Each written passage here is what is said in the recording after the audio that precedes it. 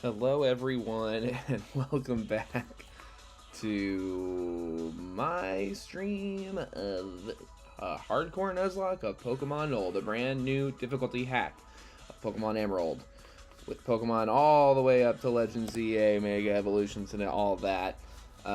Fully optimized, their own description from the developer's own description. I'll read it for you right now. Pokemon Null is a heavily modified ROM hack of Pokemon Emerald built from the ground up for the Nuzlocke experience. Every trainer has been handcrafted, every route rebalanced, and the Pokédex expanded to include Pokemon from generations 1 through 9, including brand new Mega Evolutions. Expect no mercy. Here we are.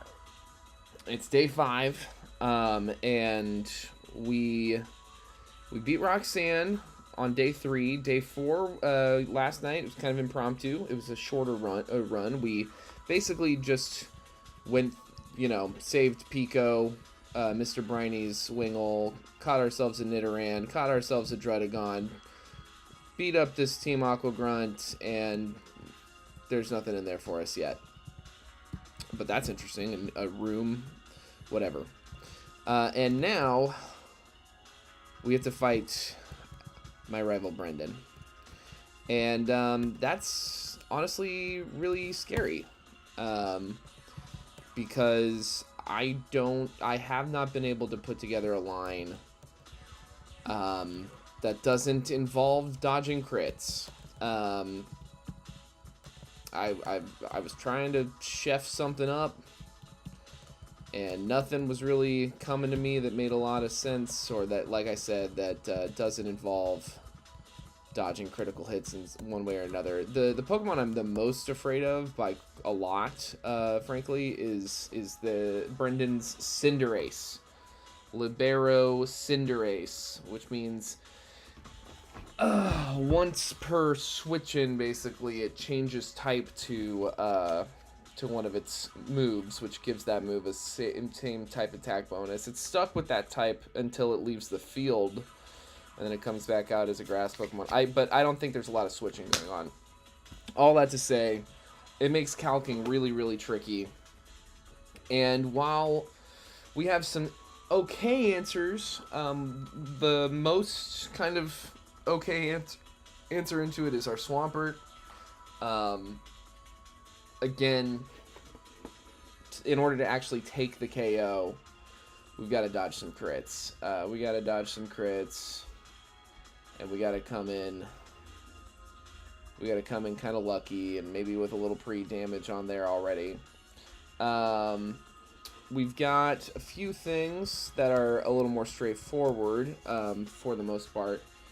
Octavia Spencer here does a good job into the lead Belly Bolt. It's kind of hard to say what they're going to do, but if he chooses to go for Muddy Water instead of Soak, then we can just stay in with Nidoqueen, get off 2 Scorching Sands, take the KO, guaranteed. If he hits Soak, it gets a little more complicated, but not necessarily unsolvable. Lucario really struggles against our Talonflame. We want to get lucky with crits, but we don't have to. We'd have to get crit a couple times before things really start to get scary there, and Flame Charges hit pretty hard. We're guaranteed a 3-shot. Could even come away with a 2-shot, depending. Alomomola, not scary. Chestnut handles it, even with very, very low HP. Chestnut handles it really, really well. Always 2 shots with Seed Bomb, and yeah, it's just not something I'm very afraid of. Cacturn, another one that we've got a really good solution in Ribombee here. And then Type Null, the idea for Type Null is also Chestnut. But like I said, I really do think we get a 2-shot on Type Null with Brick Breaks. Frustration, it can only really take, we can only really get hit twice. Yeah, because we outspeed. So we switch in, we get hit with the Frustration, we get the Brick Break, we get hit with another Frustration. So max, we're walking away with 80% damage. And then, yeah, I mean, like I said, we can handle the Alomomola pretty easily. So the scary thing here is the Cinderace. And I think that Swampert mixed with Masquerain Intimidates is really, our best bet into it. Also, depending on how Nidoqueen here walks away from Belly Bolt, we might be able to use her a little bit to help with that fight as well. Even maybe Talonflame can help in certain instances with it, because like I said, Talonflame's not that vulnerable to Lucario. And yeah, so I'm thinking it's going to be a balancing act for sure. As far as like statuses to worry about, I mean, we've got accuracy drops to look at with Muddy Water from Belly Bolt, but there's really nothing we have to mitigate that, so it is what it is. We've got flinches to worry about from Iron Head coming out of Cinderace, but like I said, Cinderace is kind of like scary as hell as is. Special defense drops. Toxic from Alomomola is the one like cheeky thing that might happen, as well as spikes coming out from Cacturne. It's pretty likely that we're going to see at least one layer of spikes get set up by the Cacturne. But if we put Silver Powder on our friend Ribombee, Lucy Lou the Ribombee, then it's not a problem. And like I said, Type Null gets handled pretty damn well by Chestnut, especially between like if we start doing like Spiky Shields and then the Brick Break and then Spiky Shield, we might even get enough chip if we high roll enough with the Brick Break to only have to hit him once. So I think the scary thing, so we definitely give the Silver Powder to Lucy Lou. What does Miracle Seed do to the Alomomola math? I mean, I think we'd rather have healing items. Yeah, it doesn't change anything. It's still a 2-shot. So I think we, they're kind of few and far between, but we're using some really important players here. I think Christian Bale walks away with a Citrus Berry, and I think Alan Alda, I'm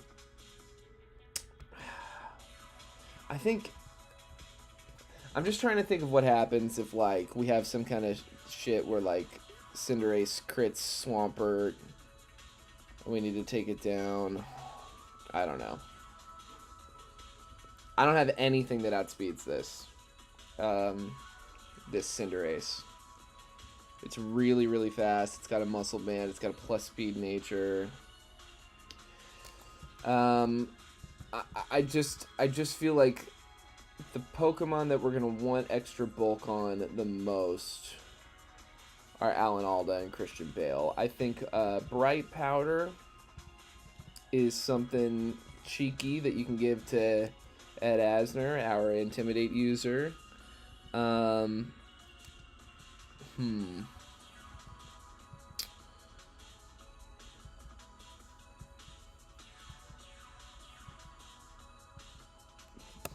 Berry Juice, I think, is fine for Fran Drescher.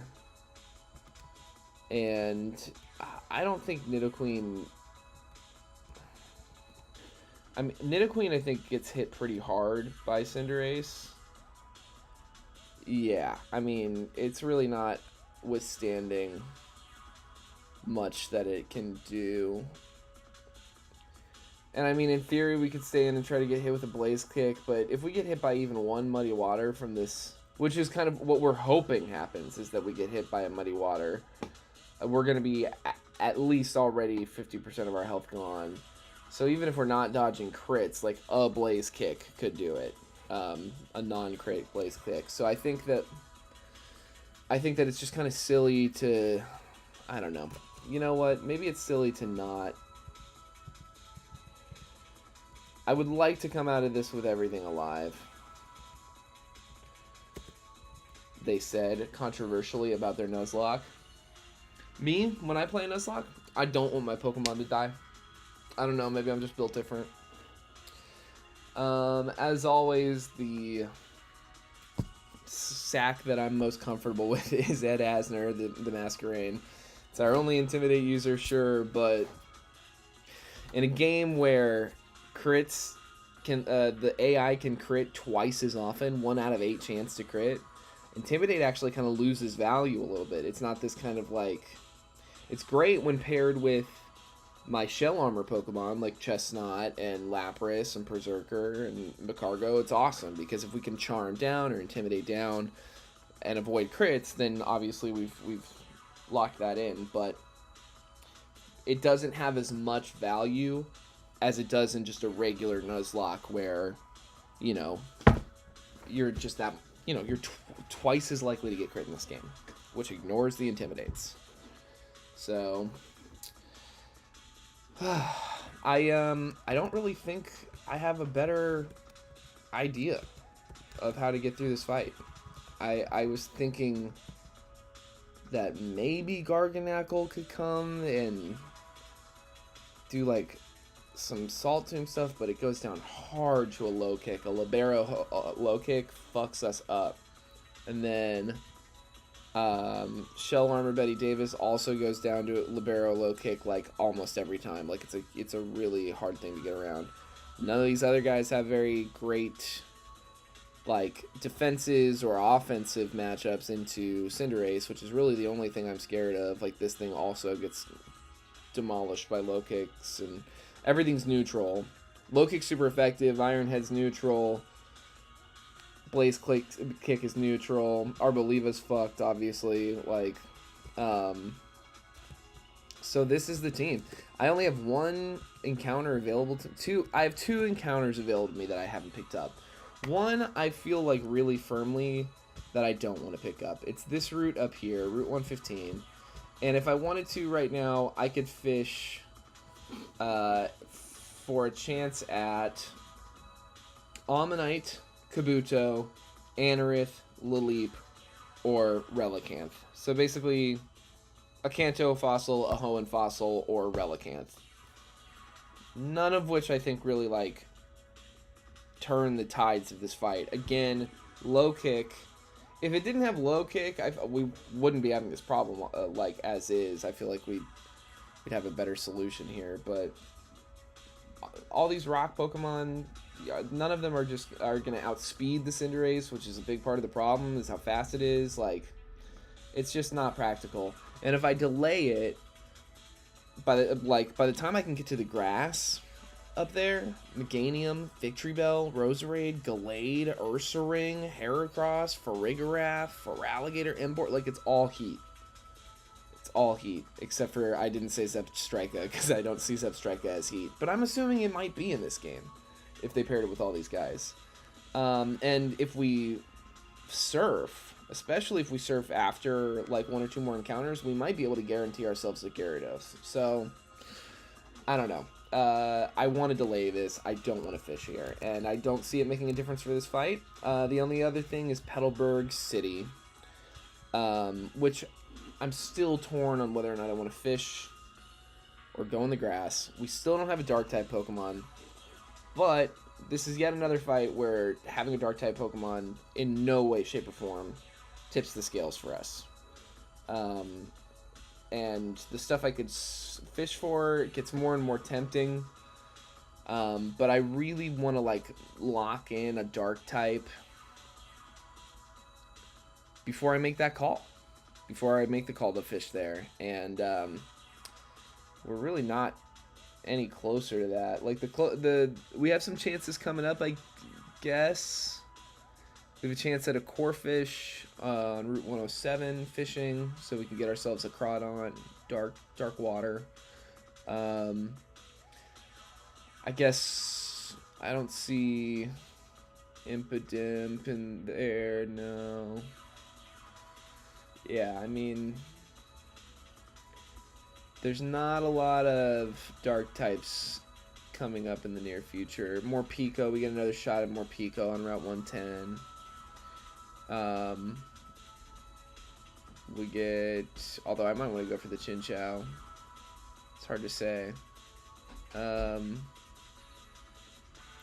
Nimble, so I guess we got a shot at low kicks in Verdant Turf. So I don't know. There's another shot at Morpeko. There's other shots at dark types in the future. There aren't as many shots at what we could fish for in Petalburg, which is Dupeter, Slowpoke, Marill, Quillfish, Magikarp. I mean, any of which could be helpful and really, really good potentially. I don't know. All that to say, I think we gotta let this rip. I think it's time. I think it's time to let this rip. And I just gotta stop stalling and get in here. Muddy Water crit max roll on Nidoqueen at full health, 98.6%. So we always live. But I am hoping that he goes for the Muddy Water and that it doesn't crit. That's my hope. Woo!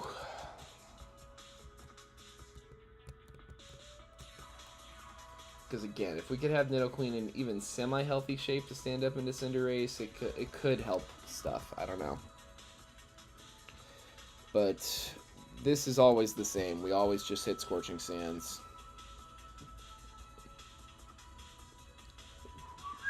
Soak is bad. Not what I wanted to see, but play aroundable. He's going to want to use Volt Switch. Yep. And unfortunately, Bulldoze is really unlikely to kill from this Rage. In fact, it would probably more or less have to crit, I'm guessing. So I'm gonna make a prediction and say that they might hit Soak again.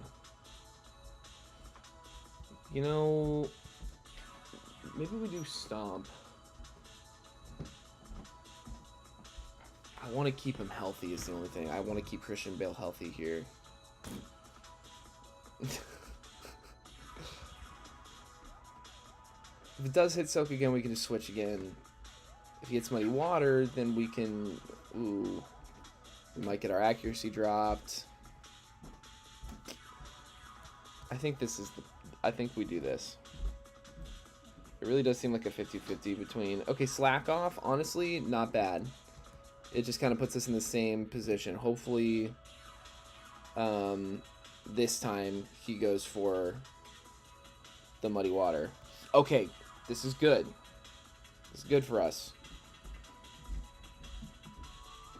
And he didn't get the accuracy drop. He didn't even get the accuracy drop, so this is a guaranteed kill. Guaranteed outspeed kill. That's really something, and we're at just under 50% health. Okay. I imagine Lucario. Interesting. I would not have guessed Lucario.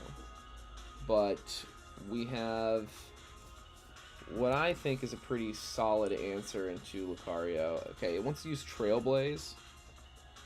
It sees a fast kill with Trailblaze. Oh wait, that's Swampert. It wants to use Flash Cannon, which can kill. So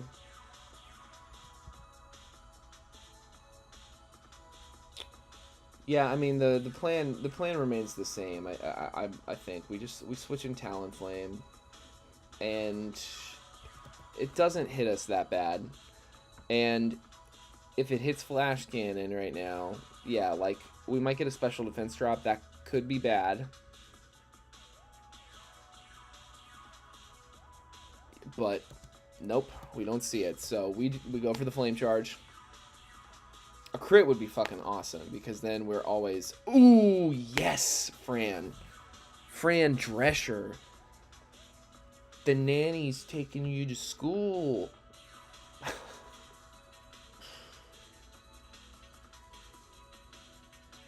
Okay. Would it be greedy of me to hit Roost? I don't think it would be. I think it's helpful. Because now he's desperate. He's doing Vacuum Wave stuff because he knows that we see the fast kill on him. Berry Juice and Roost is going to be damn near full health. Yeah, hell yeah. And then we still outspeed. Yeah, he's going to Vacuum Wave again. We're going to take a little bitty, itsy bitsy piece of damage, and this Flame Charge is going to take the kill every time. Whew.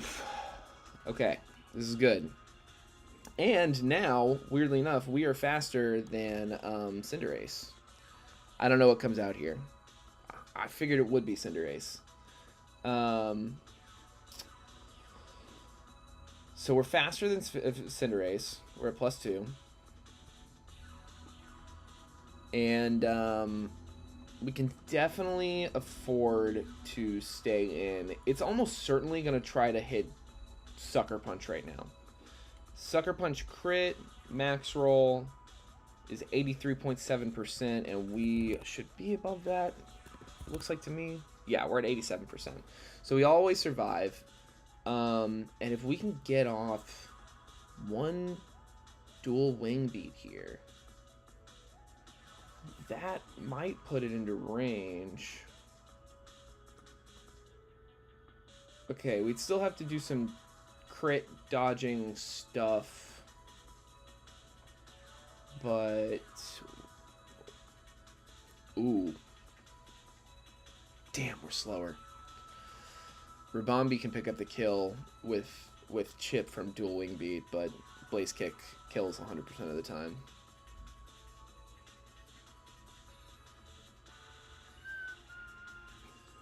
I think, yeah, we go for the dual wing beat. Yep, Sucker Punch.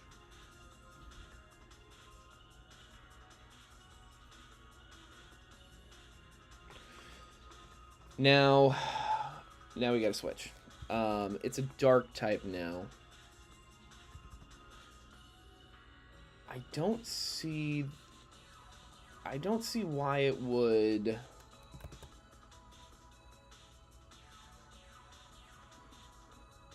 I mean, low-key, the only thing showing a kill for this guy still is Sucker Punch.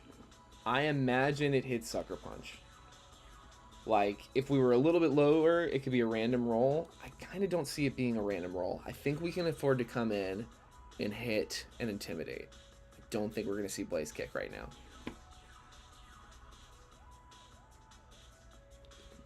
Hello. Okay. So we're -1. This is good. This is very good. Blaze Kick would now have to crit to kill.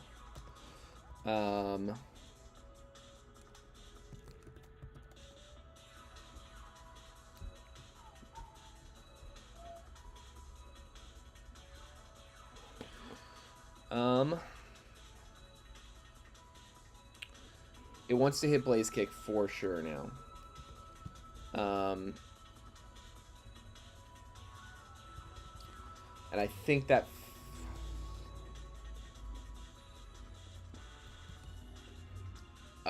man.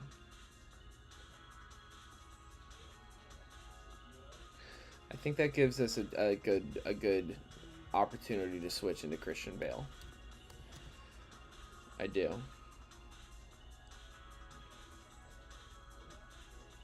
Because at -1 especially, just don't crit. We should resist this like crazy. Yes. Okay, that's excellent. Okay. Wants to hit Sucker Punch again. Max roll Sucker Punch. Caps out at 58%, so we can always afford to stay in and hit at least once. Oh, and even at... Huh, wow. Is that real? Okay. I think we're good to hit Waterfall. A high roll, like a nice high roll, could take the KO. Okay, and with that not critting, I think that puts us in a place where we can always afford to stay in. Because let me put every single thing on crit. We're at 98 out of 147. Because this, like I said, this is the big threat. This is the thing I was the most scared of. We can always afford to stay in. We can always take this kill. Whoa! He switched. Hard switch. That's crazy. Okay, well we have a great answer here. Lucy Lou is good to come in. Damn, dude, that is a bummer. And the spikes. Woof. Silver powder signal beam always kills. Even with your stupid fucking berry. Sayonara. Sayonara? Not sayonara? No, I don't know what I'm saying. I don't know how to say that word anymore. My bad, everybody. Okay. This thing is hitting Blaze Kick. It's back to full health. That's where things get a little spooky scary.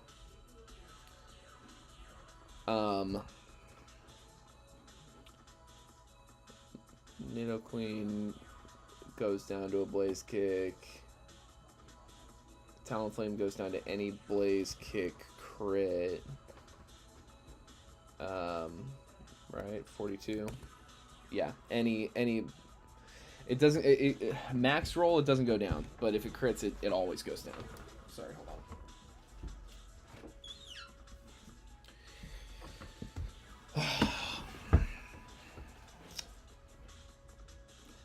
I don't like putting myself into a position where I'm trying to dodge crits with Swampert. Because Swampert is just such an important piece of my puzzle. Let's look at this, right? Okay.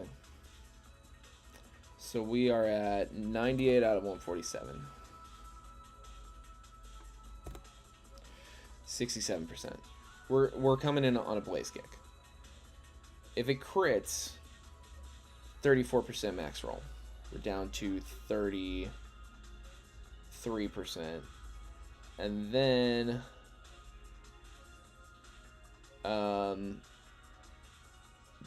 it looks like it wants to hit low kick, but if it hits low kick now, oh damn, that's bad.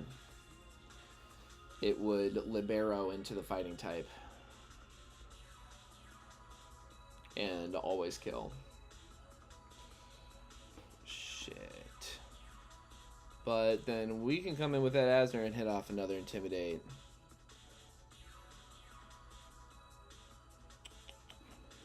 And then at -1,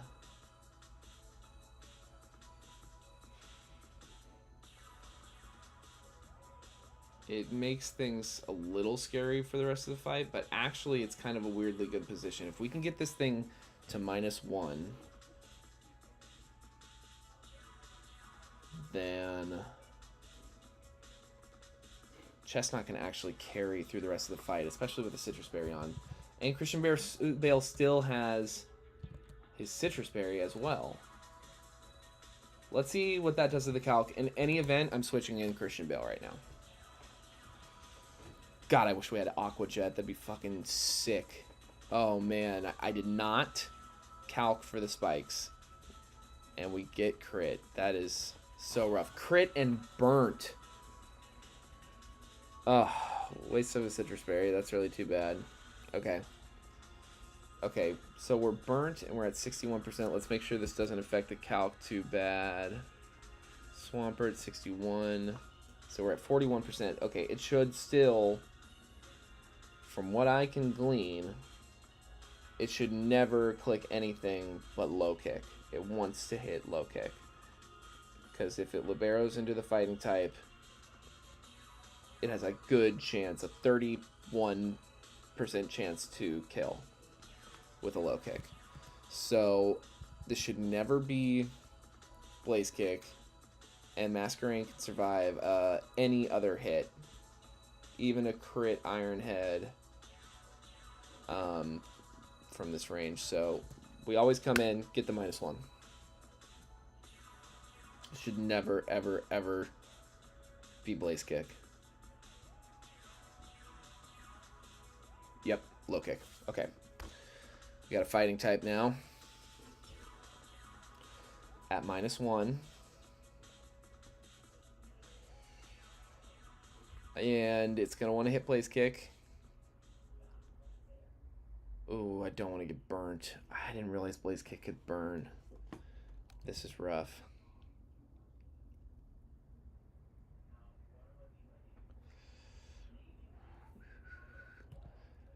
But let's see here. Now that it's a fighting type, actually. So Spikes does what? I'm assuming 1/16.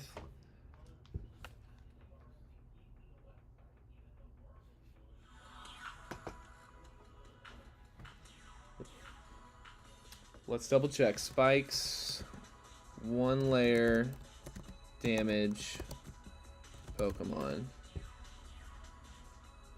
1 layer of spikes by an 1/8. Oh my god. That's crazy.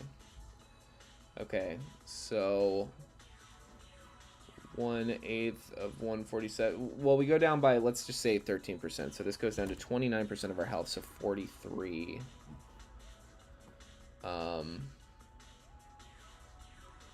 And at -1 as a fighting type,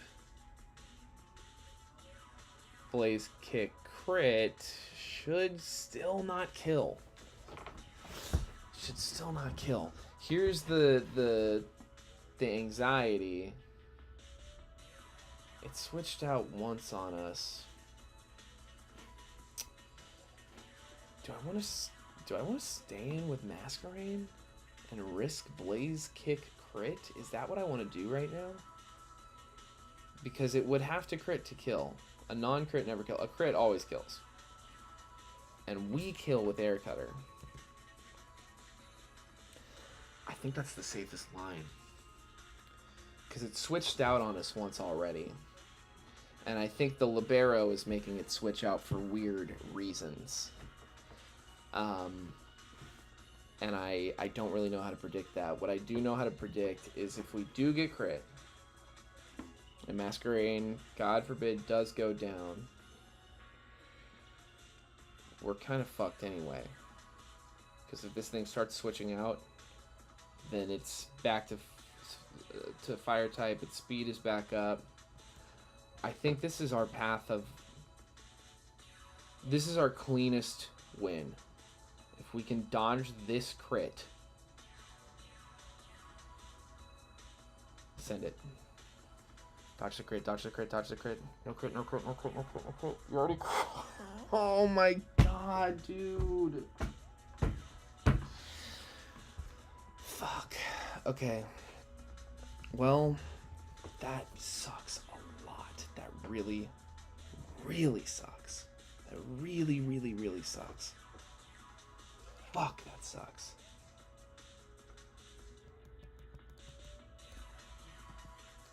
Don't switch. Okay. Don't burn. No burn? Okay. Masquerain Sacrifice sets us up to come out clean. Once that layer of spikes went up, you know, okay. Once the spikes went up, all the switching and intimidate pivoting and all that stuff kind of went out the window. Because that damage starts to stack up fast. Okay, this thing... Don't like being poisoned. I do think we still have our citrus berry, so that should help a little bit. It's almost certainly gonna protect now. But, oh. Interesting. That actually works perfectly well in our favor. I believe we might even outspeed type Null. And yeah, there goes our citrus berry. It's a speed tie. Well, oh no, it's not a speed tie. We outspeed this. So this thing always dies to a brick break from this range. Doesn't have protect, doesn't have any priority. We just get the brick break off for free. So now we just have to stay in on this Alomomola with the... Ooh. It's almost certainly hitting protect.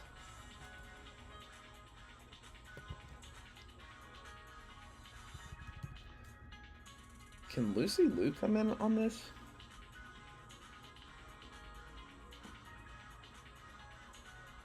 I mean, flip turn hurts. But I think that even with the layer of spikes, this is... I think we should pivot. It's almost certainly going to try to hit protect, is my guess. Anyway, yeah. But now I feel pretty good that we've probably baited it into hitting flip turn. Fuck, dude.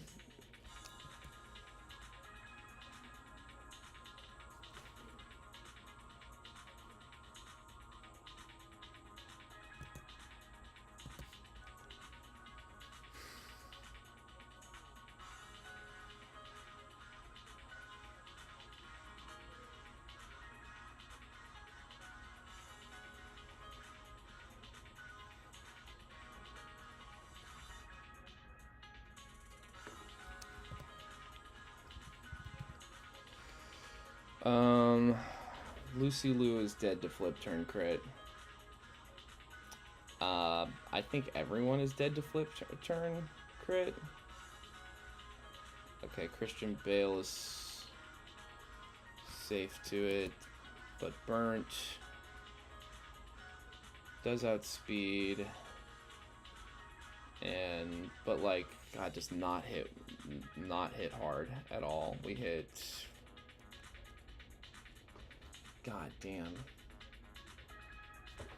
Wait.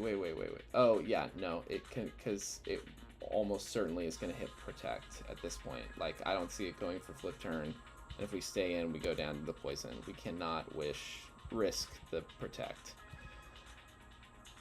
I think Lucy Lou outspeed.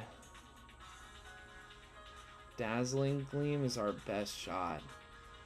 Oh my God. This is such a shitty situation that we've ended up in. One crit, man. One crit really fucked us. Oh God, this might kill. This might kill. I forgot about the spikes.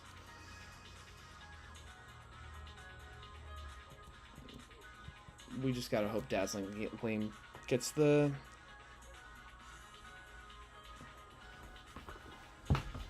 You fucking kidding. And it hit flip turn and we could have stayed in and got the kill.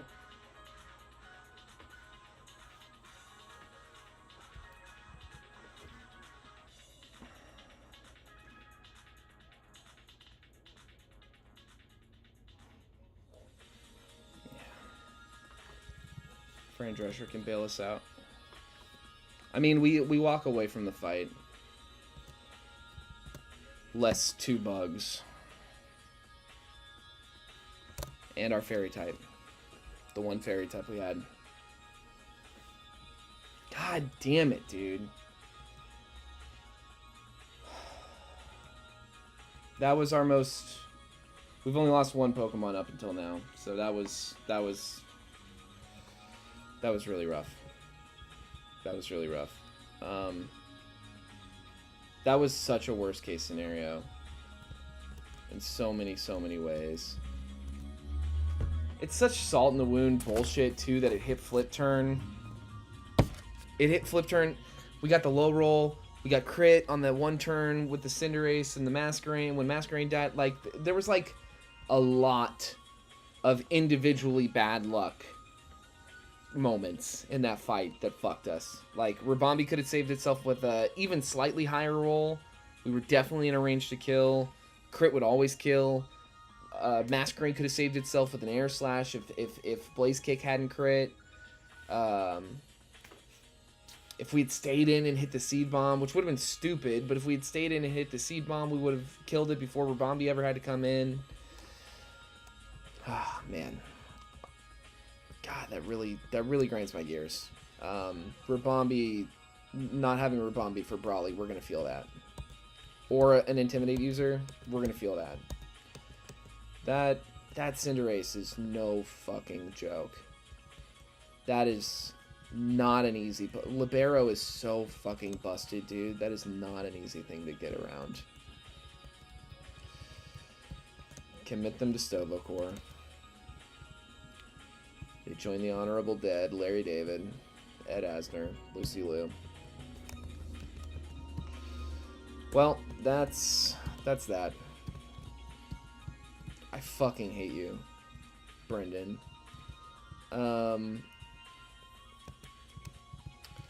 But we've got encounters. We've got encounters.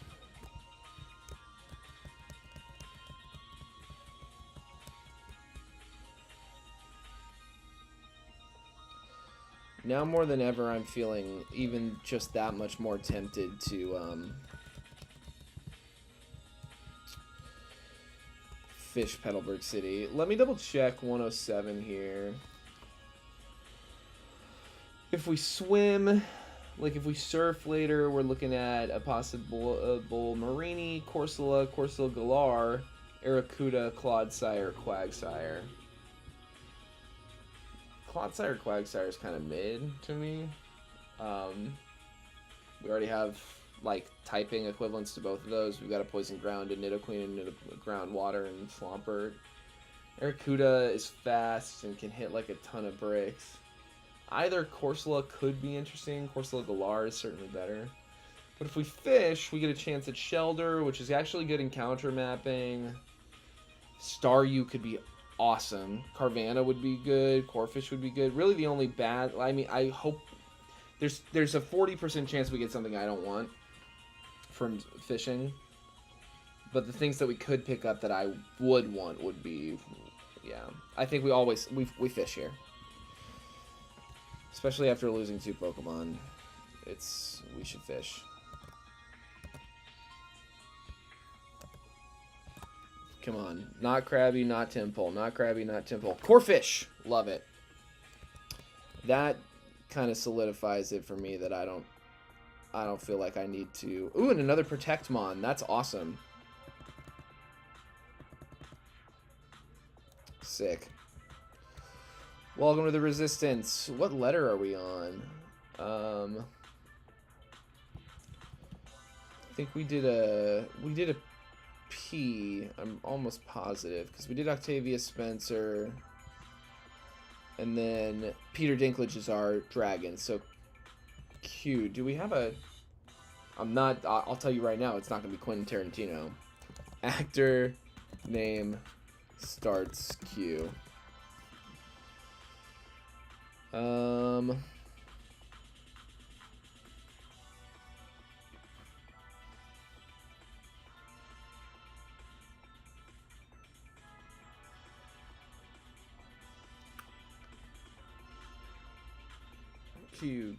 Q.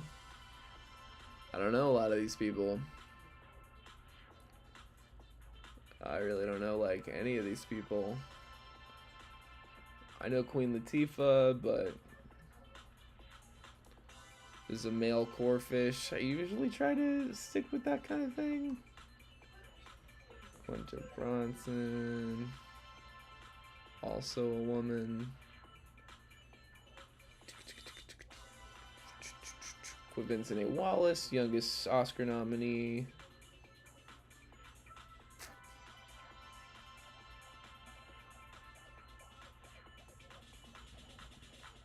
Quentin Tarantino sucks shit. Zionist fucking loser. Oh, Quincy Jones is an actor. He played himself in Austin Powers Goldmember. Quincy Jones, welcome to the Resistance.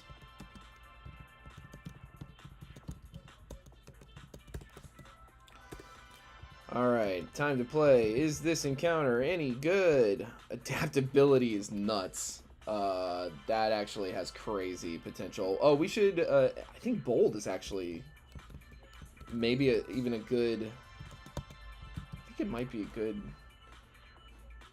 nature. I can't remember for sure. I still don't have my natures down. I want to check to see if there's anything worth delaying for, like any moves. It evolves at 30. Razor Shell, Taunt, Aqua Jet, Crunch, Waterfall.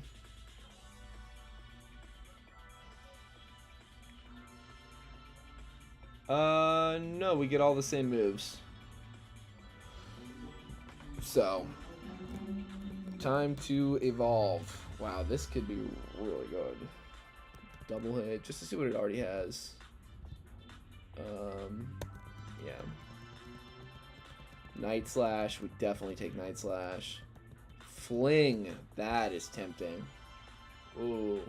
I don't think we have anything crazy to fling. And ultimately, we got ring target. Could fling the ring target onto the Dew Blade. What does that do? I'm so fucking mad at Brendan. If it was just steel, I mean, it's still, yeah, no, that's a really, it's a lot of extra steps for something that doesn't even get us a one-shot. I'm gonna say no to Fling. Quincy Jones is evolving. Quincy Jones is evolving. Quincy Jones is evolving. Could have gotten Shell Armor. Shell Armor would have been cool. Adaptability is also very, very cool, though. Taunt. It's not like this guy's fast. I mean, he's still pretty slow. Yeah. And we already have a slow taunt user. I'm going to just stick with Berserker for that one. Aqua Jet, big. I will take that over double hit. Crunch or Night Slash. Crit chance or defense drop chance. 116. What's the chance on a defense drop? Defense drop chance crunch. 20% chance. I'll take that. That's better. That's a 1 in 5 chance at a defense drop over a 1 in 16 chance or a 1 in 8 chance of a crit. Waterfall or Razor Shell. Melee or defense. I mean, yeah, let's just go with like a defense dropping set. Like, we're not gonna flinch. Again, we're not fast enough to flinch. Bold. Oh, bold is not good. Bold is good for special attackers. Up defense isn't a bad thing. It's not a bad thing. Let's get this guy in the calc. See what we are working with. Level 45. Nature bold. Adaptability. Alright. And we've got Aqua Jet, Aqua Cutter, Crunch, and Protect. Let's figure out these IVs real quick. So HP looks like it could be worse. As high as 20, no lower than 19. Ooh, the attack stat's actually kind of fucking nasty. Ooh. No lower than 27. No lower than 27 is really good. We fixed the nature on this thing. That's busted. The defense stat is pretty fucking nasty too. Also no lower than 27. That's nuts. The special attack stat is even cracked. I mean, that's just silly. No lower than 29? Okay, the special defense is like our first mid stat. And even that is not like, okay, it's bad. It's as low as 8. And the speed stat's not great either, but it's kind of still in that like mid, it's 15. This is some of the best IVs we've gotten on the Pokemon in this entire run. Nature's not ideal, but this is about as good as you could hope this thing to be.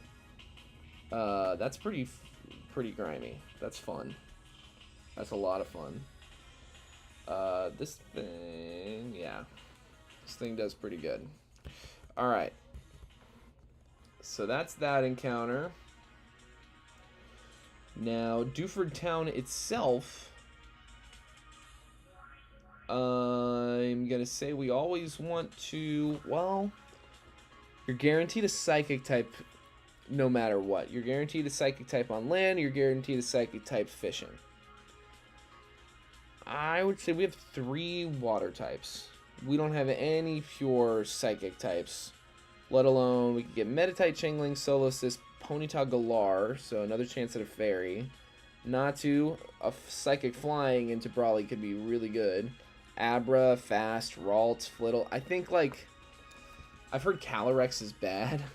There's a chance that Calyrex, like, base form, regular-ass Calyrex, I've heard it's bad, but it is only a 5% chance. Yeah, I'm gonna say we want the landing counter. Let's just see what we get. Natu. That seems really good to me, and I bet you anything. I'm gonna take a look. Great abilities, Magic Bounce and Synchronize. Lucky Chant. Lucky Chant. Shields from critical hits for 5 turns. I mean, that is not something to sneeze at. Boom. Alright. An actor that starts with R. An actor that starts with R. Who do I want to do?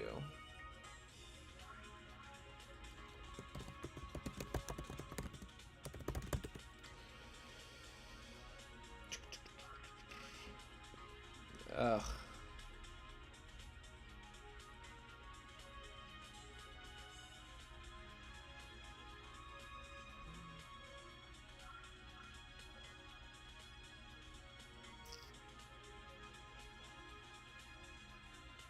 A lot of people whose name starts with R that I don't think are very good people. Can you believe that?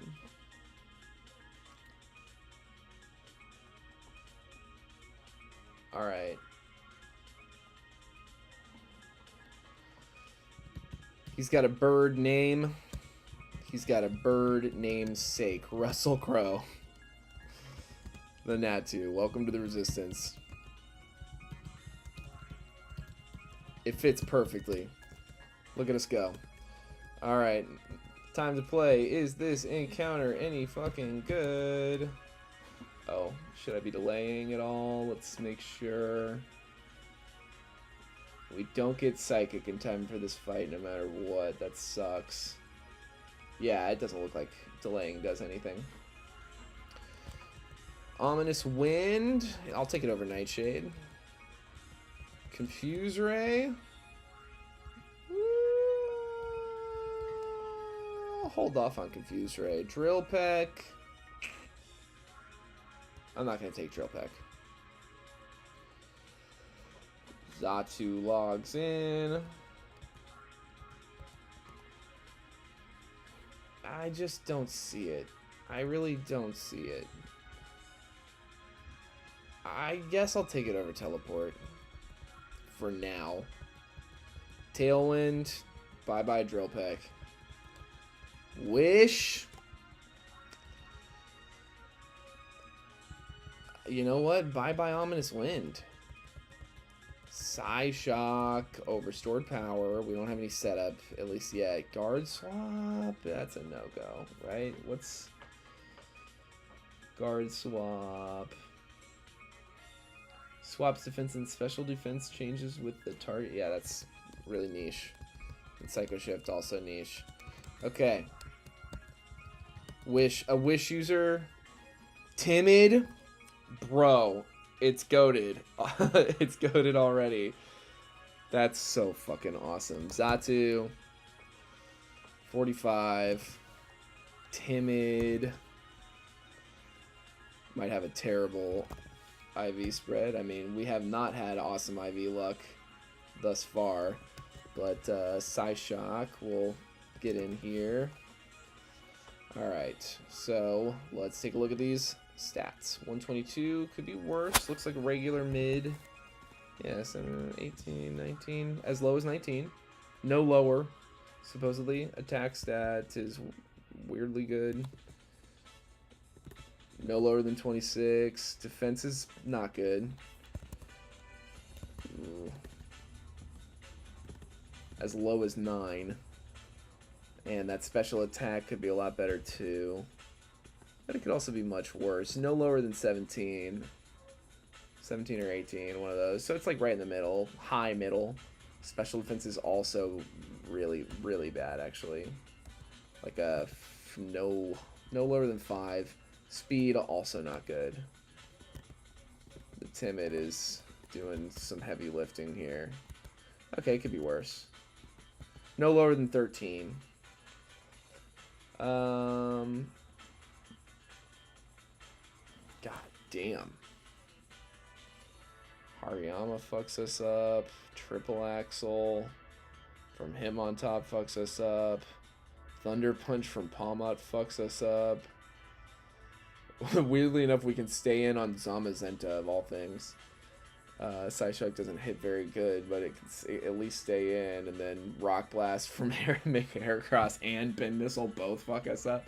That is so weird that this might not come to Brawly. I mean, God, that's really strange. I mean, it can pick up kills.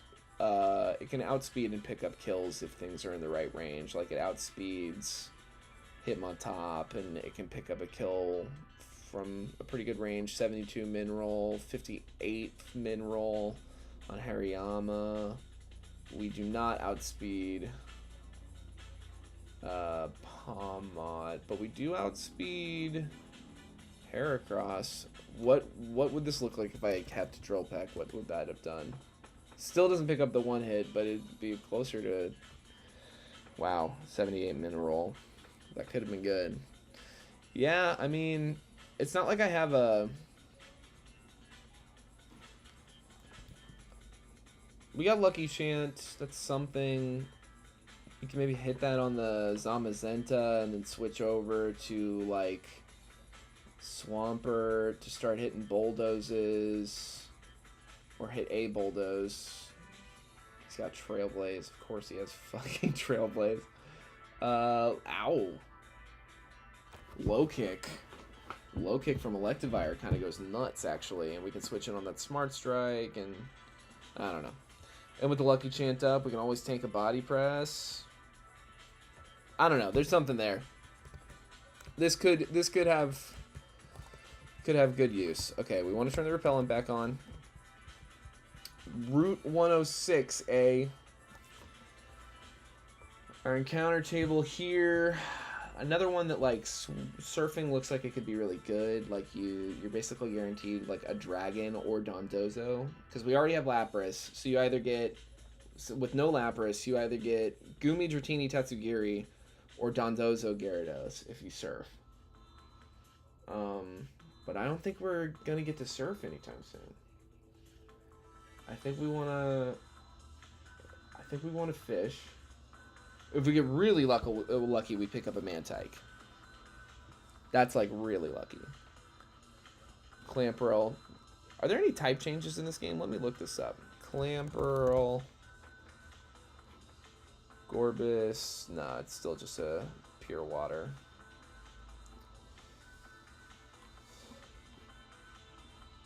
Baton Pass? What do you... Agility Baton Pass? There's stuff to... There's good stuff in here. I think... we might be able to delay. I don't think we delay. I don't think we're in a position to delay. I think we go for it, and we just hope we get the Mantike, and we probably won't, and that's fine.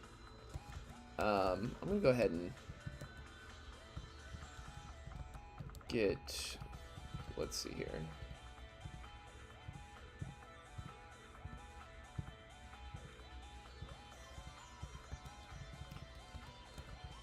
Betty Davis in here to yawn. Alright.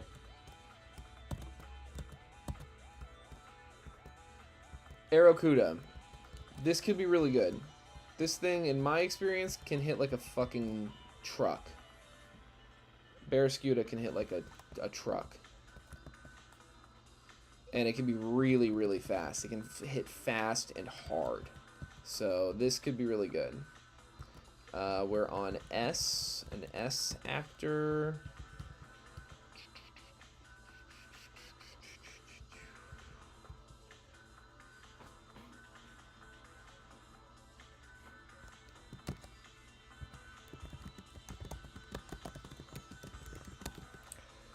Who do we like here? I'll go Steve Carell. Why not? Steve Carell, the Aerocuda. Welcome to the Resistance. He kind of has a goofy smile like Steve Carell.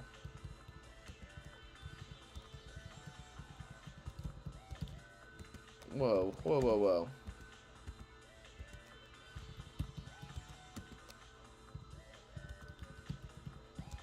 We're listening to Super Monkey Ball music pretty much exclusively.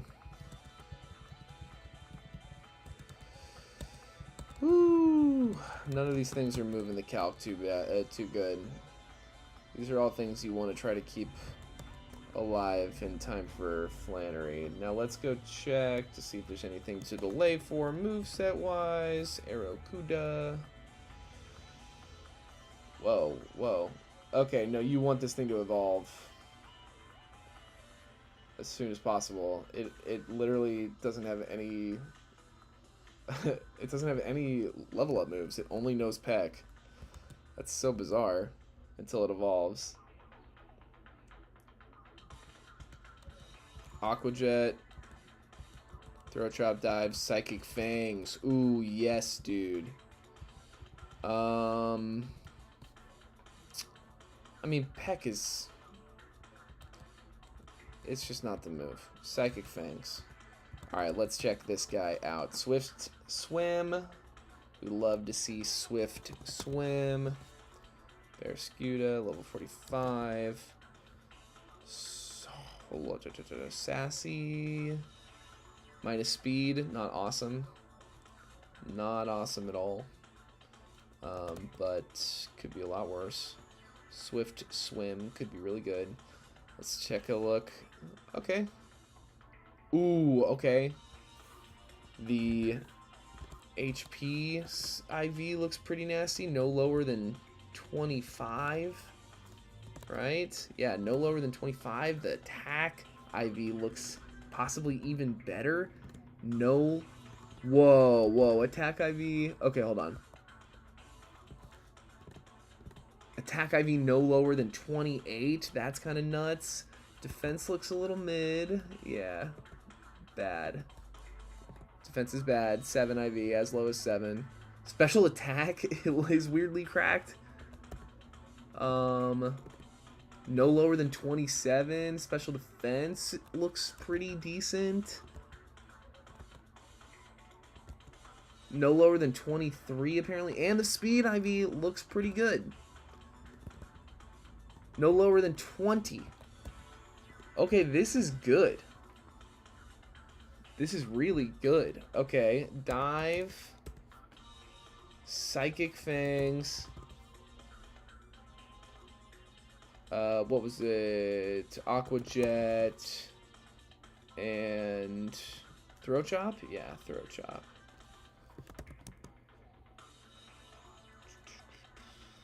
Export, import. Oh, Hariyama fucking kills us with close combat. Ooh, this thing's great into Hitmontop. Outspeeds. Trocha. It's not great into Doublade. Or Pomo. But it's great into Hitmontop. And it's another thing that we can, like, pick up kills if we chip in other ways first, because we outspeed Brawly's entire team. Am I seeing that right? Except for Pawmot. But yeah, except for Pawmot, we outspeed its entire team. That's pretty crazy. Okay. That's a good pickup. I'm happy with that pickup. Now we have a series of double battles to worry about. Before we can get our... And one single battle that doesn't seem all that hard at all. But let's do this. We're going to move some items around. Yeah. Alright. And now it's time to check this out. Brendan, you son of a fucking... God, that Cinderace makes me so fucking mad. Why did... It got 2 Blaze Kick crits in that fight. 2. Both consequential. Like, if it hadn't Blaze Kick, crit, Swampert, we could have switched Swampert in, let alone get the fucking burn. We could have taken the KO with Swampert. And if it hadn't Blaze Kick, if crit, Masquerain, we could have taken the KO with Masquerain, and then we would have been in great shape. Rabombi would be alive. Oh, man. Okay, so this is an interesting double battle, and the calculator is weirdly incomplete because there's one person has Sea King and Lantern, and the other person has Lapras and Lantern. So they lead Water Absorb Lapras, which only knows Discharge, and Lightning Rod Sea King with Surf, Signal Beam, Ice Beam, and Flip Turn. So I know that we have these two in a pretty decent position to stay in on. Like, max roll discharge is a 13.5% onto Chestnut, and Ice Beam is a max roll 49%. Seed Bomb, minimum 51%. And Bulldoze hits everyone, unfortunately. Yeah, it's a double battle spread, so Bulldoze is in play. Stomp could be good. Maybe we don't do that. Sea King is 83. That's a really pretty respectable speed stat. Oh, god damn it. I'm so sad that my friends are dead. Okay, Arboliva. Ice Beam max roll is 57.3. Discharge max roll crit is 11.6, so we can always stay in there. So we lead Arboliva and Chestnut with Aspir Berries to avoid freezes.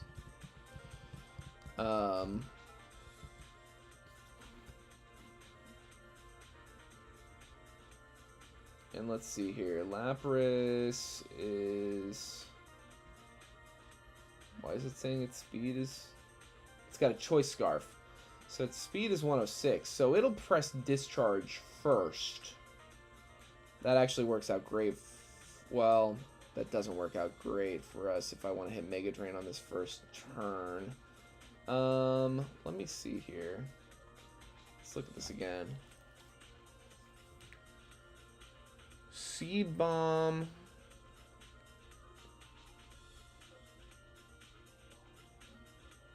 How much are you going to heal up? Okay, so let's look at, can we kill this Lapras? Wait a second. It's not Volt Absorb, it's Lightning Rod, so it doesn't get its HP back. Lightning Rod, I think it increases its special attack, actually, which is even worse, frankly. Lightning Rod draws in all electric type moves. This includes Thunder Wave. Interesting. Deals no damage to the ability bearer, but raises its special attack. So that is nerve-wracking. So then I think the goal is to maybe fake out Lapras. We fake out Lapras, and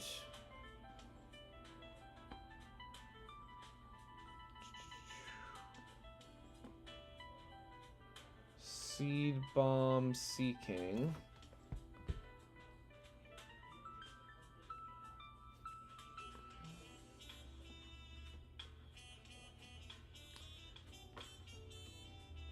Damn, a +1 Ice Beam.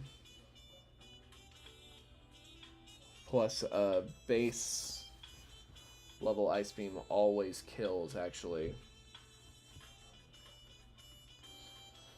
So, what about we fake out Lapras and hit Lapras with a Speed Bomb? No, that doesn't solve our problem. Does not solve the problem. Sea King, Sea King, Sea King.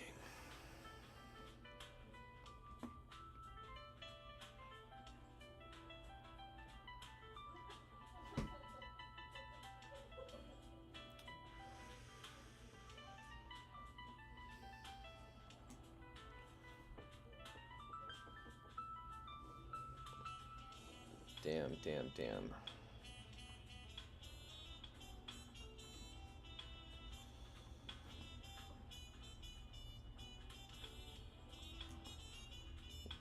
Our own Lapras is pretty useless in this situation. What about Hitmonchan? You do anything cool here?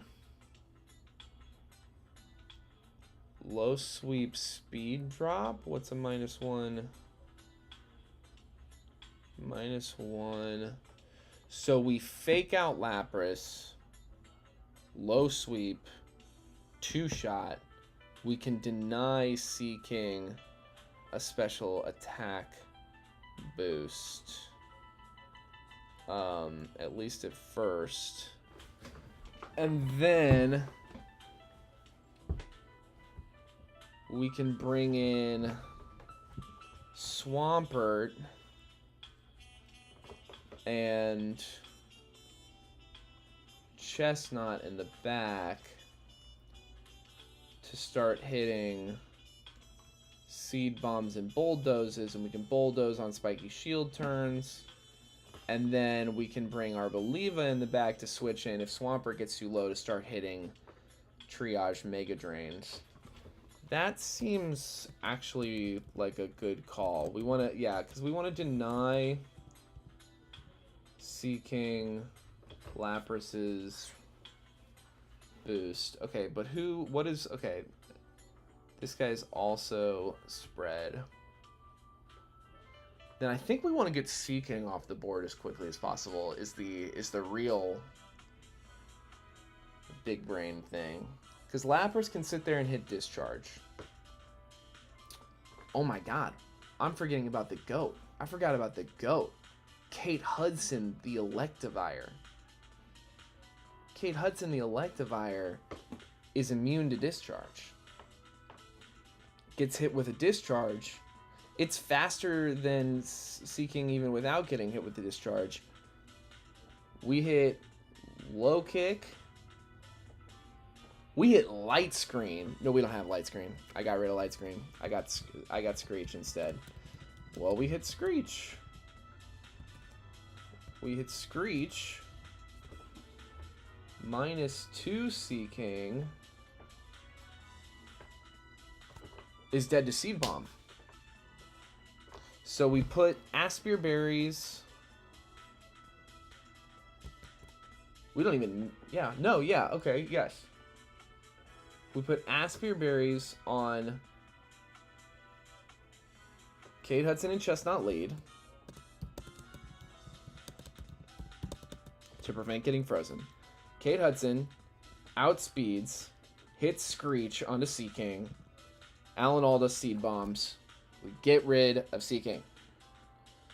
Then they send out their Volt Absorb Lantern, Surf Thunderbolt Volt Switch Ice Beam.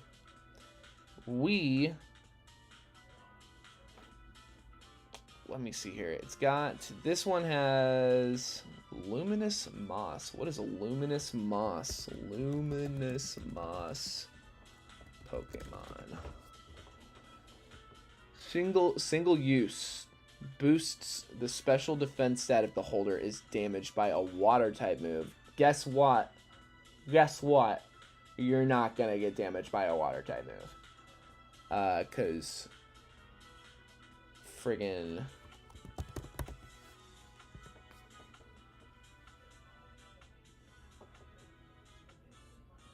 that there Lapras is staying in and hitting Discharge.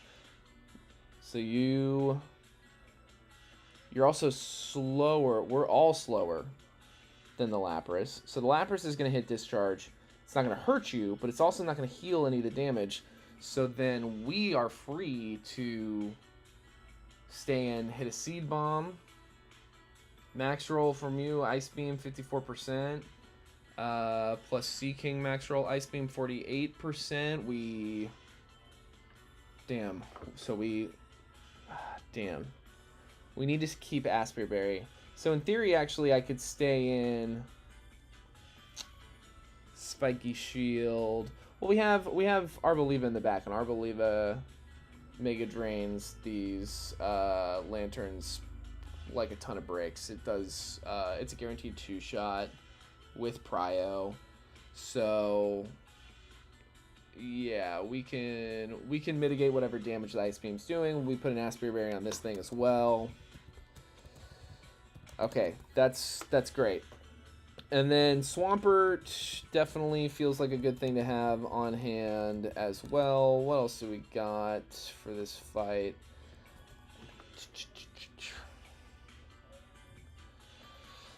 So if we can focus down on the left, let Lapras hit their discharges, try to dodge paralyses.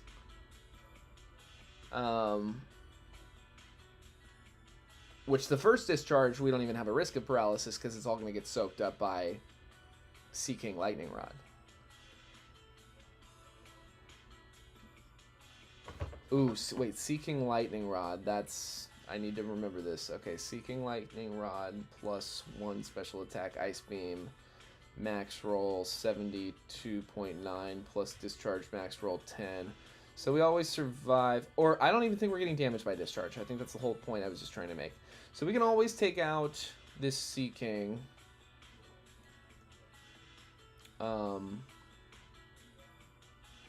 Yeah, by turn 2. We're not going to get hit with discharge either, are we? Okay, this is... God, this is complicated.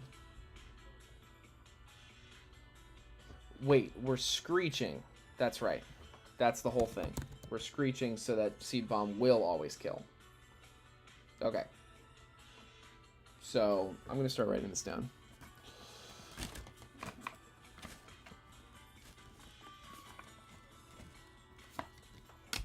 Alright.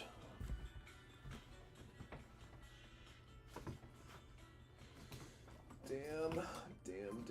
We've got more complicated fights coming up after this, too. I just really, would like to get my last encounter. So, Screech. Seed Bomb. Turn 1. Then I really want to kill that Lantern. That's really what I would like to do on the next turn.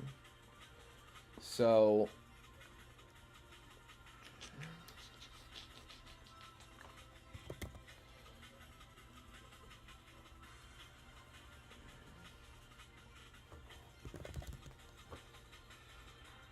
Thunderbolt. It sucks. The calculator doesn't have both lanterns in here for some reason. It only has the one on the right. So it's got Thunderbolt, Surf, Volt Switch,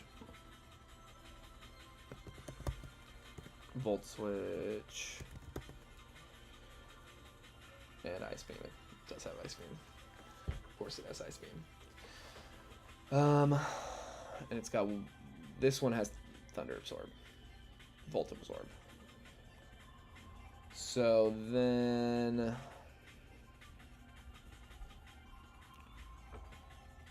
Seed Bomb plus a low kick always kills.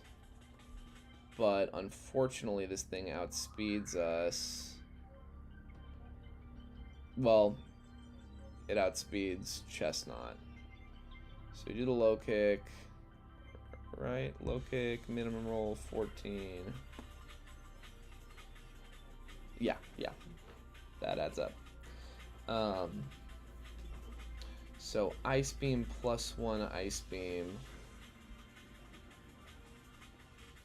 It goes into Chestnut, 73%.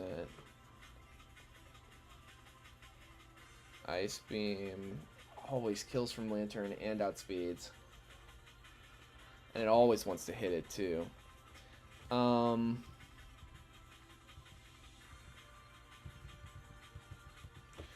Lapras, do you tank an Ice Beam? I imagine.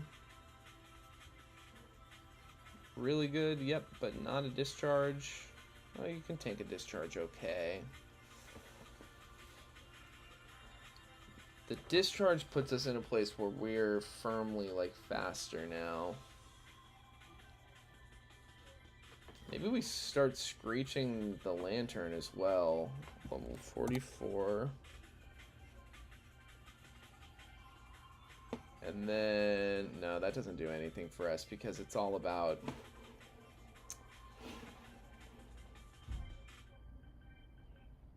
Huh. I mean, I'm thinking, like, do we somehow try to bait the Ice Beam into Electivire from Seeking so that it doesn't... But that doesn't make any sense. It literally doesn't make any sense. It's always going to want to hit Ice Beam into Chestnut.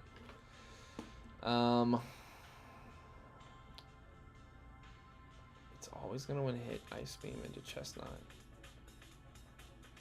So if we do -2, -4...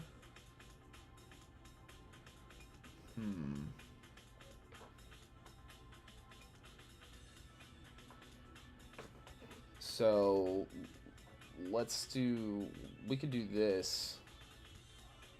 Electivire stays in relatively risk-free on this Seeking.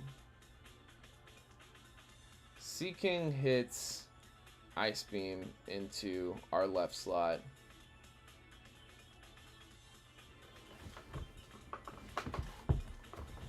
Let me check this fucking Arboliva Ice Beam math again on Lantern. I mean, that's... If it crits... I mean, and we get a lot of HP back from that. We're actually really safe to switch in Aspire Berry. Okay. So I think we stick with the plan of Kate Hudson Screech, Seed Bomb, take out Seeking. Next turn, switch Arboliva into Seeking slot. And then Mega Drain into Lantern. And I think that keeps us safe. And then we have a situation where, yeah, Discharge is doing like nothing to Arboliva. We just kind of have to hope to avoid paralysis because we're going to go with Aspire Berry. And then it's just kind of, it would just be us versus this Lapras. So how does Hitmonchan fare against the Lapras? Discharge is not doing very much. Low sweep, low sweep. Yeah. So Hitmonchan's a great bring. Alright, I think this works. I think this works pretty well. Aspire, Aspire, Aspire.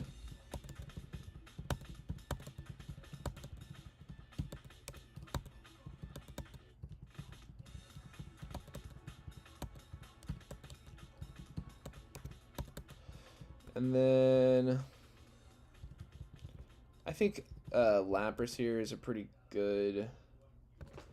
Well, no, it's not a great backup, actually. Let's see here, because we're fighting into this...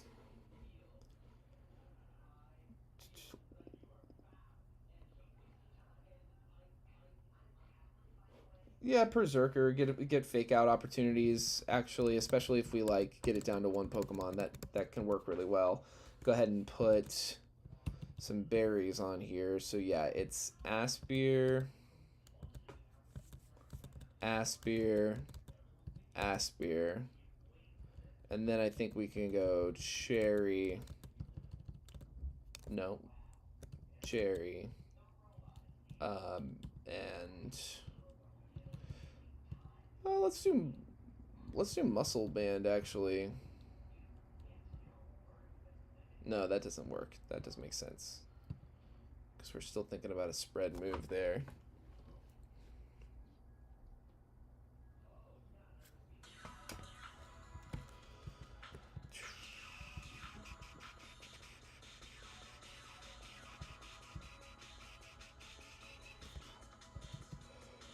Huh.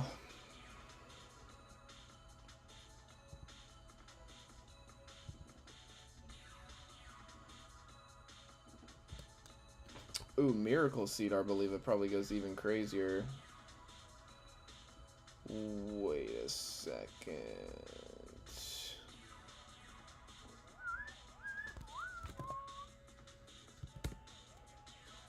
Yeah. No, but we need the Aspire. We need to avoid freezes.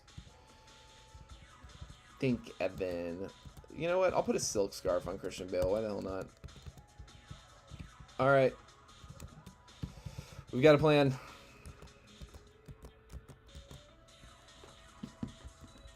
Screech, Seed Bomb. That's how it starts. Screech, Seed Bomb.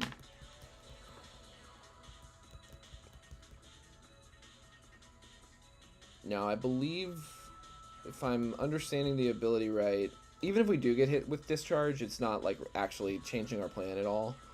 But I think Sea King should totally soak up the Discharge and that we shouldn't get hit with it at all. Oh, okay, we do get hit with it, so I get the speed boost. Nothing wrong with that, honestly. This will do very, very little to Chestnut. We just gotta dodge the paralysis. Oh, fuck off. Well, still, as long as we can hit through paralysis, this'll...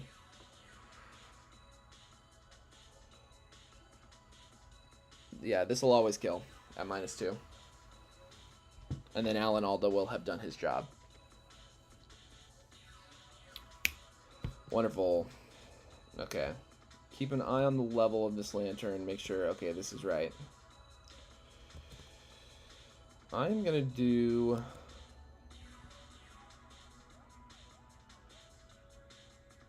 this, actually. And then, yeah, Deborah Winger comes in.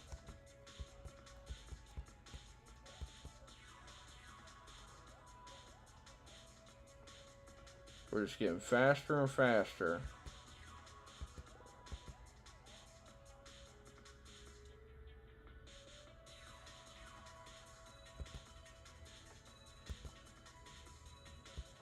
Avoid the freeze, avoid the crit. Okay, excellent. I am going to make the strange decision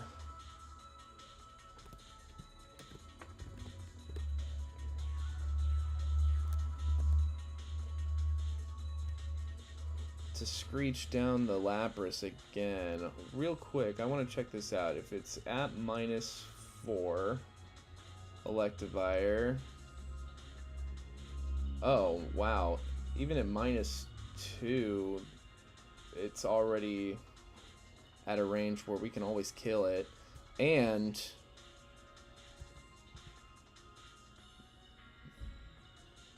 this actually works. This works. This should always kill. And we've gotten a +2 to our speed, so even with their little choice scarf bullshit, we outspeed this thing now. So, yeah. We Thunder Punch Lapras. We Mega Drain Lantern. Prio Mega Drain. Huge, big, excellent. Well over 50%. Get so much of our HP back. Still have our Asper Berry. Thunder Punch kills. No Volt Absorb healing. And then it's just us versus 2 Lanterns. Ooh! Bad. That is no good. Okay. Let's say... let's look at this.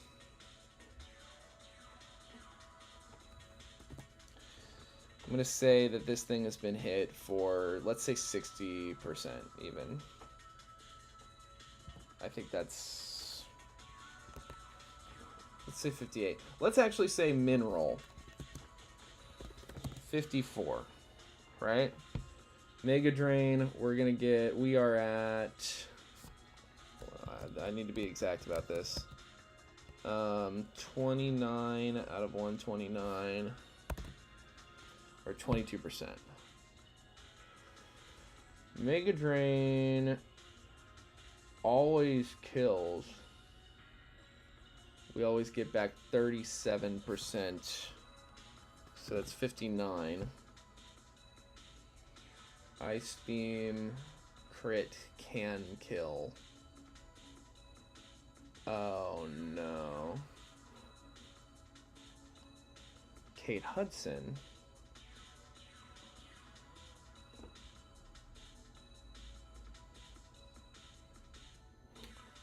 Damn. Okay. Damn. Okay. What does low kick do to this thing? Not much. But at -2, still not enough. Still not enough. And then this thing has Volt Absorb. And the other guy is going to start hitting Discharge and Parabolic Charges.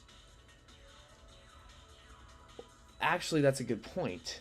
I would think that the other Lantorn might want to prioritize over hitting us with Ice Beam, trying to heal its partner. And we can survive. God, that is so risky. This is a guaranteed kill. I'm going to take the guaranteed kill and just pray to God that it tries to do like Parabolic Charge instead of Ice Beam. Or that we crit. Fuck. Okay, don't crit. Thank Christ.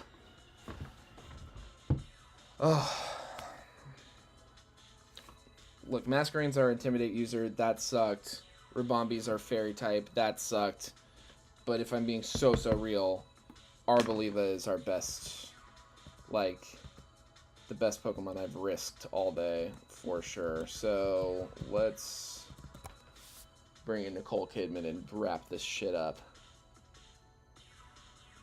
Not a free fight.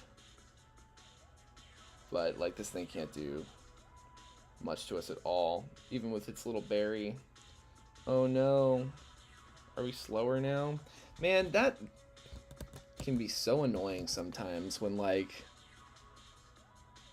this might kill. I think it should probably kill. Yeah, boom. When I probably could have just stayed in since it didn't hit Ice Beam. It's just obnoxious. But we're no worse for wear. We live.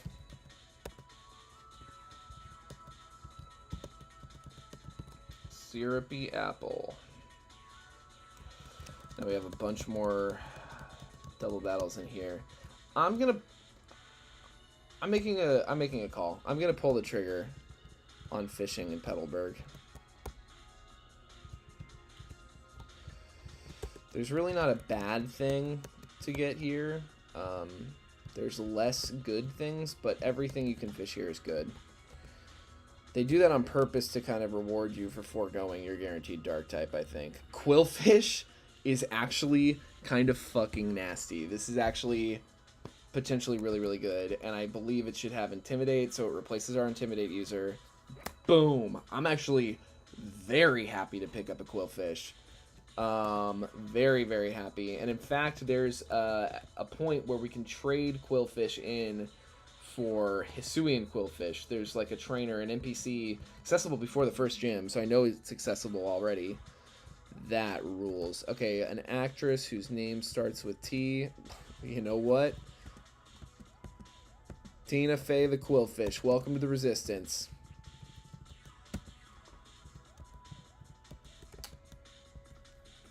I am happy with that. I am quite happy with that. Hopefully it's good. I mean, even if it's not very good, it's typing... Being a poison type helps us resist fighting moves. Being a water type helps us resist steel moves. I think this thing could be really helpful for Brawly. I imagine that there's probably some trade-off here to like leveling it up as the regular Johto Quillfish, as far as like moveset stuff. I mean, we're gonna get Screech, Toxic, Icy Wind, Aqua Tail, Revenge, Aqua Jet, Barbarage, Chilling Water. So we're gonna miss out on like, because if we do trade it, we'll be trading it where it's already at level 55, so we'll miss out on some pretty good moves. Destiny Bond. This thing gets Destiny Bond. But yeah, ultimately if we do trade it and we want to get up to a Hisuian Quillfish, then like we can get like Throat Chop eventually instead of Crunch, and like a load of other really good moves. I don't think there's any reason to get Hisui and Quillfish quite yet. So let's just do it. Rollout's a no-go. Bar Barrage is a yes-go. Aqua Jet, I'm going to say is yes as well. Revenge, I'll say no. Brine, I'll say no as well. Toxic, I'm going to take over Pin Missile for now. Screech, I'm going to say no to Screech. We have Screech users already. Wait a second. Chilling Water is a special move, and we already have Intimidate. And it's not like we're super, super fast, and we're still having to dodge crits and stuff, but I don't know. It could be really good. Could be really good.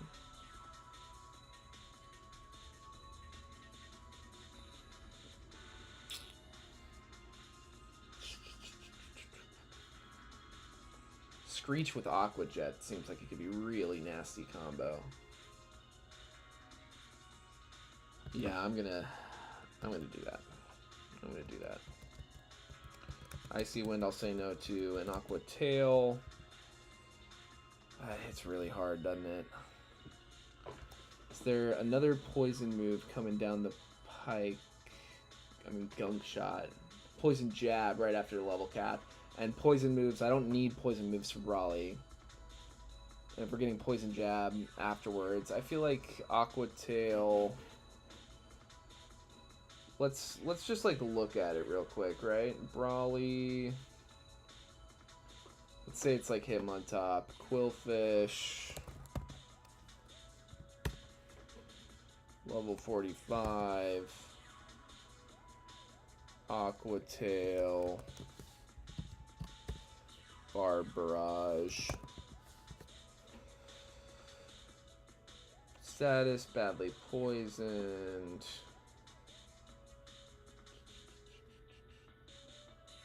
Okay, if we can get the status off, badly poisoned is actually... Badly poisoned Bar Barrage actually seems better. And it can poison up on contact on its own. Aqua Jet. Ah, man. This is hard. We don't get... This is our last really good physical... water move.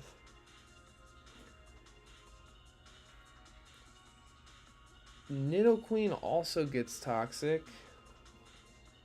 How does Nidoqueen handle? Well, yeah, triple axle. Nidoqueen stands up pretty good to scrutiny against Brawly. It actually stands up quite well to Brawly's team defensively. Wow. And offensively for the most part. That's kind of nuts, actually. That's really good to know. Oh.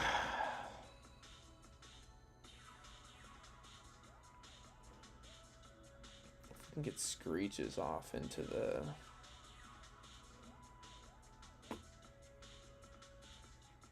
Oh. Screeches could really be nasty. Oh, man. This is hard. You know what? Weirdly enough, I'm actually looking at Aqua Jet sideways now. I'm actually kind of wondering, like, does Aqua Jet really, like, make sense on a Pokemon like this who, you know, doesn't hit that hard when we have, like, a much harder Aqua Jet user in Barrascuda? I'm gonna take Aqua Tail over Aqua Jet. And keep Screech and Toxic.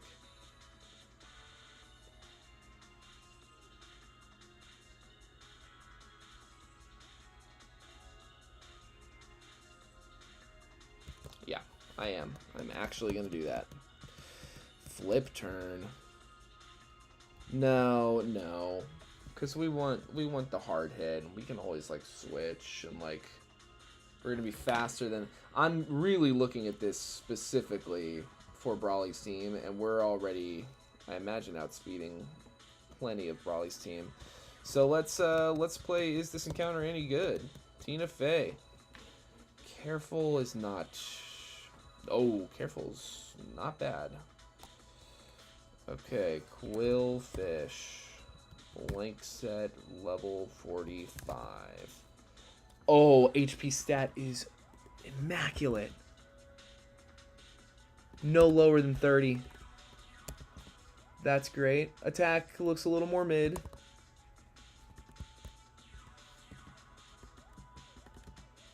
As low as 10. Could be higher.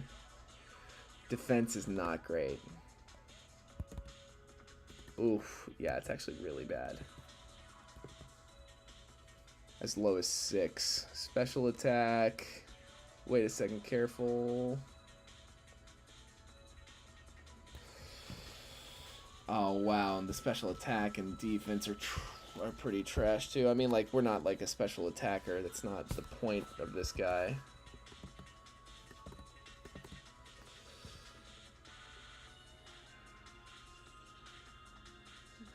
Special defense is really bad. Really bad. Almost as bad as it could possibly be. As low as 2. Speed is also not awesome. As low as 13. But the HP is great. Attack is fine. This is fine. So we got Aqua Tail, Barb Barrage, Screech Toxic. Export, import. I mean, yeah, but this thing is hitting Intimidates, and it's tanking, like, some pretty crazy hits. And,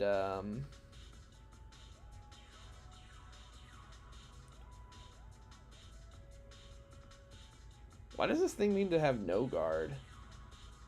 No guard Doublade, that's so weird.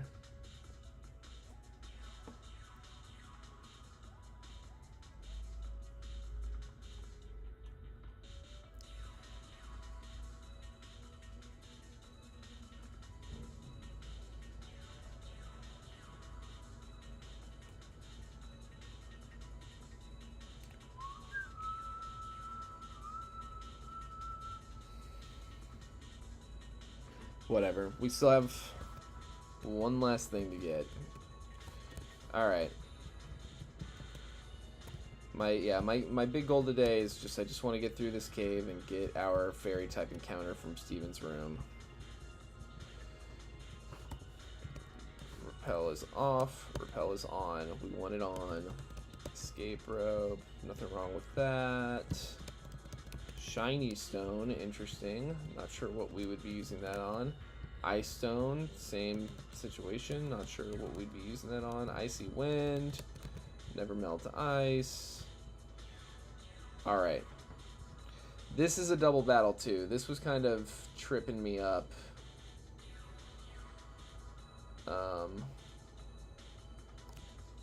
So they lead Clefairy and Mr. Mime Galar. So let's take a look here. Well, we should probably heal. All right.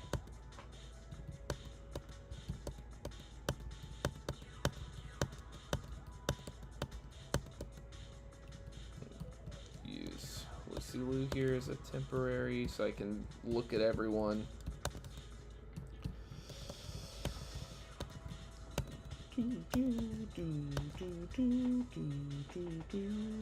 Alright. So we've got Eviolite, Friend Guard, Follow Me, Dazzling Gleam, Sing, Chilling Water, Clefairy. And then we got Fake Out, Freeze Dry, Size Shock, Charge Beam, Mr. Mime. Vital Spirit. In theory, I think we want to shut down Clefairy as quickly as possible to avoid sleep shenanigans. So let's take a look at what we think does the best damage into it. I could look at Cross Poison. We can't get fake out when we do cross poison, and the hardest they can hit us is for 18%. That's max roll chilling water crit. And then with -1, 37 plus 52, 88 min roll. And we can do fake out Berserker into cross poison. Yeah, that should work. So we should be able to take Clefairy out because Crobat can't be flinched. We just have to make sure that whatever Mr. Mime can do to Crobat is not too devastating, because obviously it's really bad. I imagine it usually wants to hit fake out on that first turn. Max roll crit Psyshock. Max roll. So a critical hit Psyshock is about as likely to kill as it is not, and then a critical hit Freeze Dry has a 100% chance.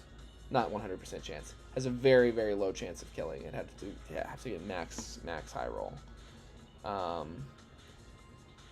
It seems conflicted on what it wants to use into us. Mr. Mime versus Crobat, weirdly enough.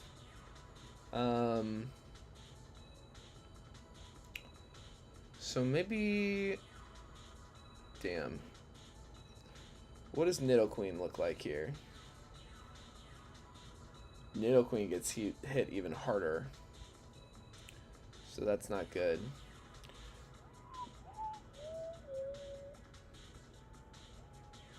I think we fake out Mr. Mime.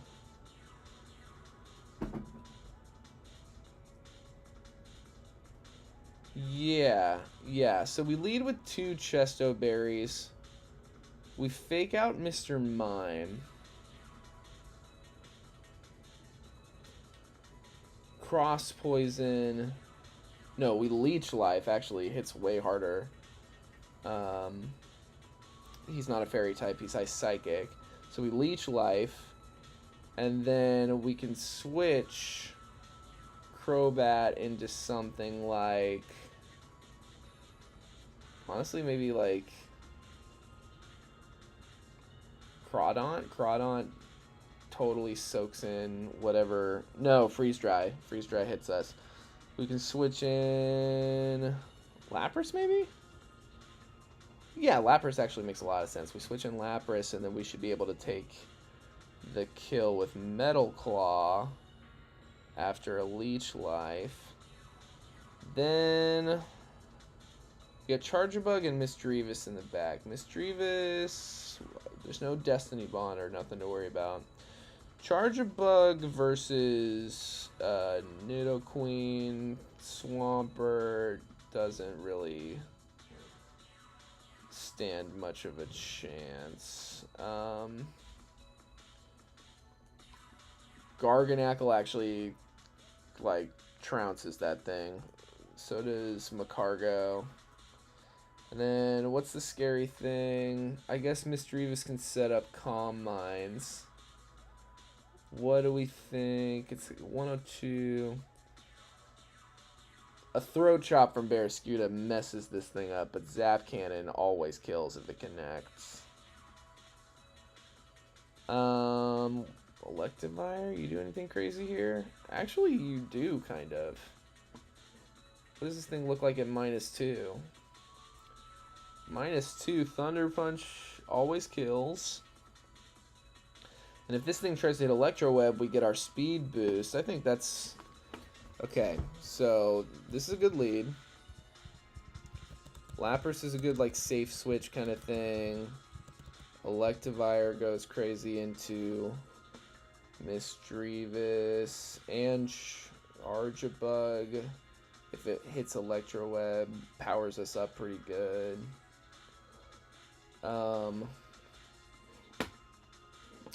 What else do we think is good here? I think...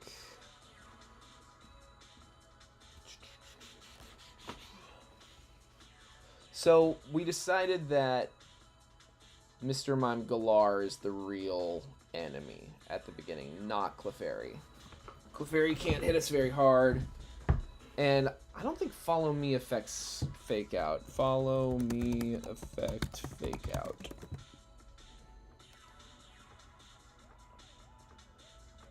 Yeah, Fake Out acts before Follow Me. Interesting. If it uses Follow Me, and we fake out Mr. Mime, and we're on the field with Crobat, if I hit Leech Life, that's going to do, like, nothing. But if I hit Cross Poison, then we have a guaranteed 2-shot on our hands. And... well, let's see here.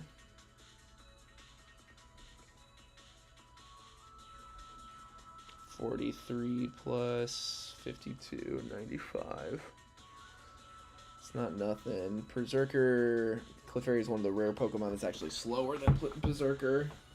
So we kind of don't care about it hitting Follow Me. And Mr. Mime can't hurt Berserker, like, at all. It would have to go... some weird stuff would have to happen. Okay. In either event, Berserker is like a great lead here. What are we seeing? What are we thinking? Misdreavus.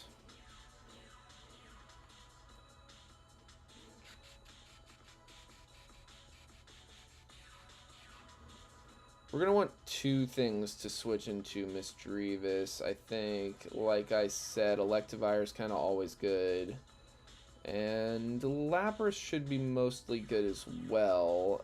It will want to start to hit, like, Zap Cannon into us. If it doesn't start, like, setting up and stuff. In which case we can come in with Swampert. Swampert does some pretty nasty damage with Waterfall. Like, a Waterfall and a Thunder Punch are enough to do it every time. So... that's great. And then Charjabug just doesn't hit like that. It just doesn't hit that hard. And Garganacl, yeah, just kind of messes this thing up with... like, I'd probably go Salt Cure just for the sake of, like, getting around lunge, attack drop stuff. And then... yeah, if we have to throw in Garganacl on Mr. Mime Galar, like a Heavy Slam kills almost as often as it doesn't. So, especially after a Fake Out, it would always kill. This is the team here. So, thank you for your service, Lucy.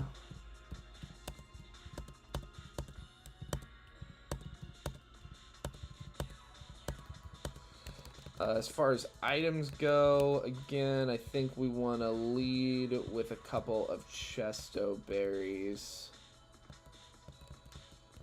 on our leads here. And then I think, yeah, I think we want to do some Cherry Berries on Gary Oldman. Can Inferno burn? I would assume that it can.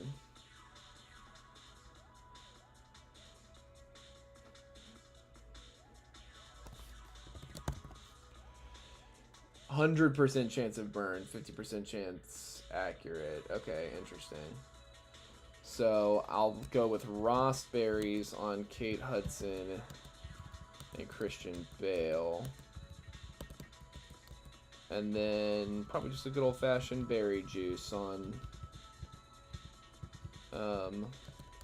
Garganacl. Alright. Let's vibe out. I think we can handle this. I think this puts us in a perfectly good position to handle this. Clefairy v... yeah. Alright. Fake out Mr. Mime. And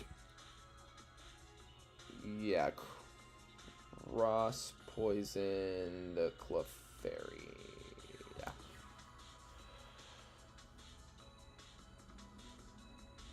Damn, we don't get our fake out in. That sucks. Well, this should do a lot of damage. And Chilling Water, that actually doesn't bother me too much. I get that it's an attack drop.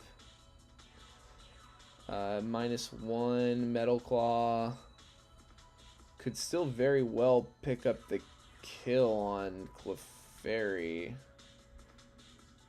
Yeah, so I think we stay in. We hit Metal Claw on Clefairy, and we switch Jamie Foxx in for maybe Henry Fonda, even maybe Garganacl, because against Crobat, I think it's almost certainly gonna want to hit Crobat. And like I said, Psyshock, crit, and Freeze Dry. Psyshock is its highest. I think we. What does Garganacl look like against those two moves? Even with crits. Oh yeah, even with crits we can come in and do another. Henry Fonda, come on in here. Alright. Nicole, I'm asking you to high roll this Metal Claw.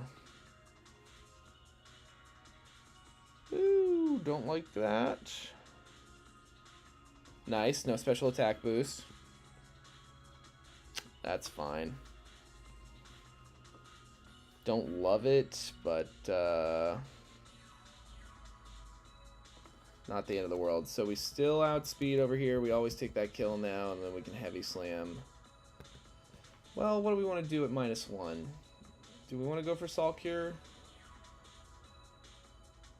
At -1, I mean, heavy slam still hits like crazy hard. It's still a 2-shot. So yeah, let's go with heavy slam. Freeze Dry shouldn't hit that hard at all.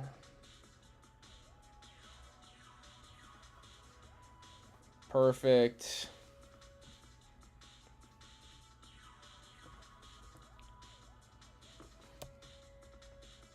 And this will do a shit ton of damage. Yeah, look at us go. Misdreavus. Okay. Probably wants to hit Zap Cannon. We can afford to hit Rock Slide, and Nicole Kidman, I can switch into Gary Oldman pretty confidently.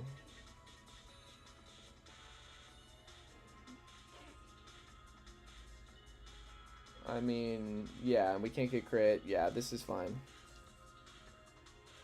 And we hit Rock Slide, and that should pick up the kill on Mr. Mime, even with the attack drop. And it should do a pretty decent chunk. Okay, that's not ideal. But yeah, barely makes a dent, really. And this Inferno, that sucks. 100% chance to burn, but it's neutral. And that was a less than impactful turn on their end. Okay, we're still at -1 here. I'd say we are good to bring in a Kate Hudson into the Lapras slot. And I think hitting Rock Slide again makes as much sense as anything. I mean, we could Salt Cure into Misdreavus maybe to try to avoid too much setup stuff. But I mean, Rock Slide's doing no less than a quarter each time. -1 Rock Slide's doing, yeah, well over a third to Charge a Bug every time. So I think we're good to go. And Henry Fonda's safe from status with Purifying Salt, so that's great. Struggle Bug is not a concern. We are not special attackers over here anymore. So we're just going to get off one nice nasty Rockfall. Somewhat nasty. Yeah, look at us go. Okay. Henry Fonda is still very much so in good shape to stay in. Yeah, 40 max roll lunge crit. 47.5 max zap cannon. I think 111. Okay, it's not quite all the way safe, but I do think Thunder Punch is a guaranteed kill into Misdreavus, so if Zap Cannon's really the only concern coming out of Misdreavus into Garganacl, yeah, so Kate Hudson, Thunder Punch Misdreavus, Henry Fonda switch into Christian Bale.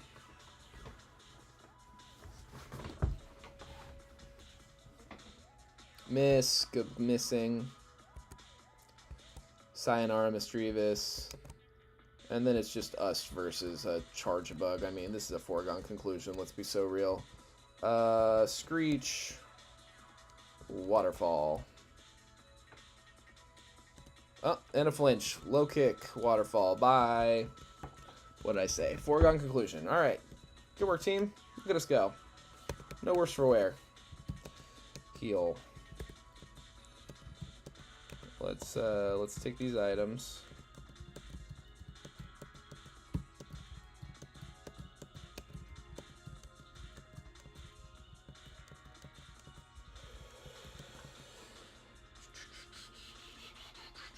And let's see what this next fight looks like. It is also a double battle. Okay, this one is kind of hard.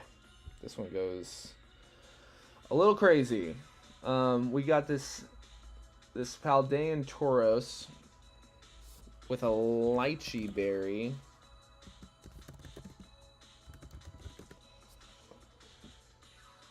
That raises its attack, and it sits next to a Poltegeist with the move Tea Time that encourages it, that will make it eat its berry. So we got this Tauros that's basically coming in at +1.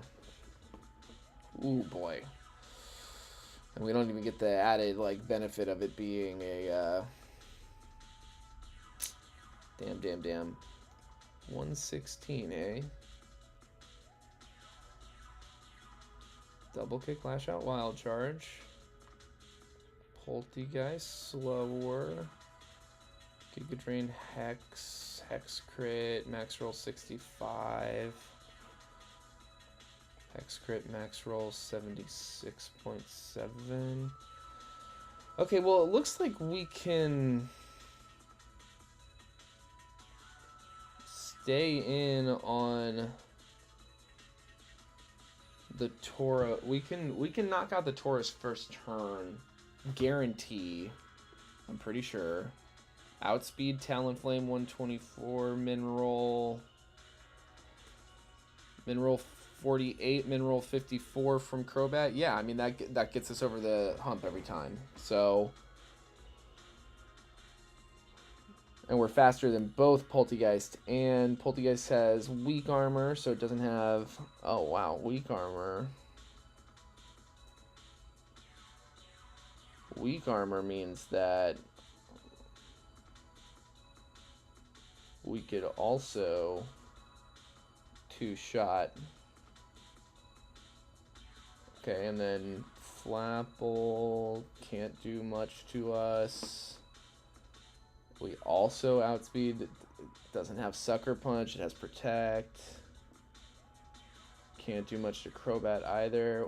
Wow, Crobat and Talonflame sitting next to each other in this fight actually kind of go crazy. They two-shot literally every Pokemon together with Dual Wing Beat, and they outspeed everything.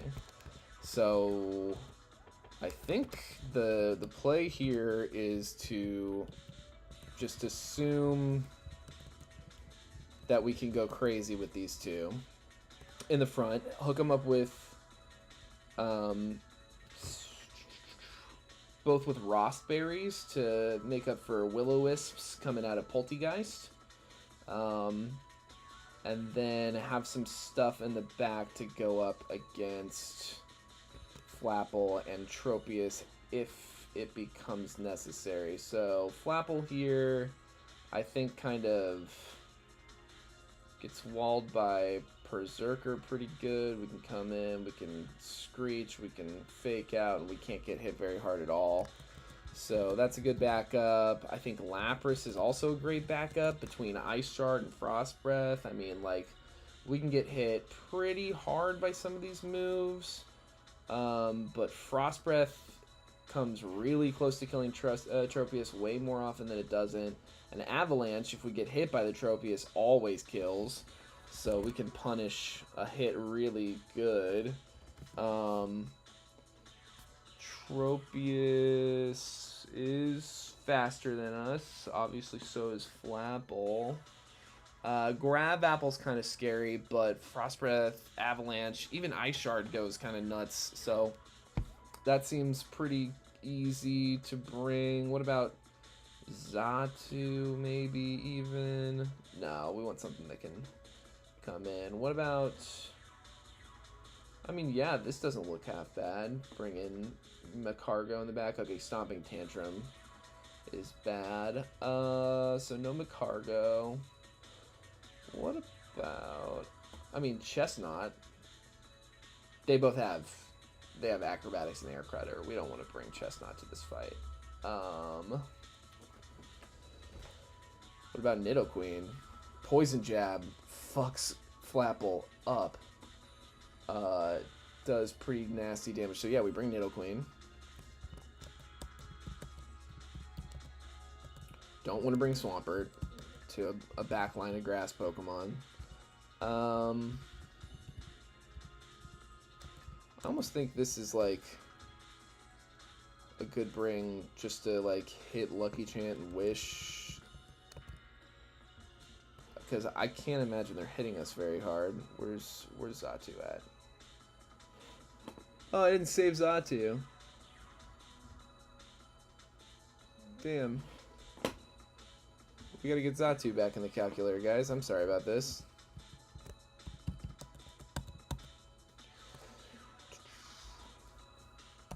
Xatu. I think I remember it being pretty decent. 45. Male. Timid. Magic Bounce. Psy Shock is the only damaging move we have. Let's make sure these stats are right. 122. Let's call that like 17, 18, 19, 75. Let's call that like 26. Yeah, 26. Defense is kind of bad. 10. Special attacks, not great. 10. 14. 16. 17. 17. Okay, respectable. Special defense is bad. Let's call it 7. 6. And speed is also not good. 6. 12. 15. 14. Okay. Export, import. Yeah, just like I thought. Barely gets touched, and we can hit that lucky, and we're faster than both of them. We can hit that lucky chant, avoid crits, yeah, and that's already if we're in like kind of a crazy situation, because I kind of think that we should be able to handle this pretty well. Oh yeah, I didn't even think about it, but Fran Drescher here can't even get burnt. Will-O-Wisp is not a concern.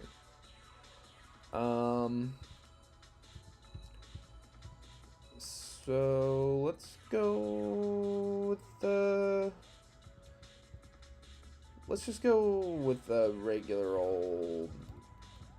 You know what? Screw it. I'm going to go with the Citrus Berry. We might not even get into the situation where we need it or that it will proc. But that's good. And then...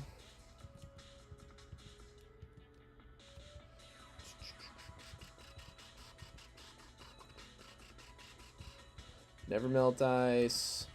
Onto Lapras seems kind of crazy. Silk Scarf Fake Outs on Nicole Kidman can go crazy. Who else we got? Octavia and Russell Crowe. I think, like... Maybe... Yeah, it couldn't hurt to put cherry berries to get around paralysis from Dragon's Breath. That's the one kind of contingency I can see. Let's go. I'm feeling pretty confident about this.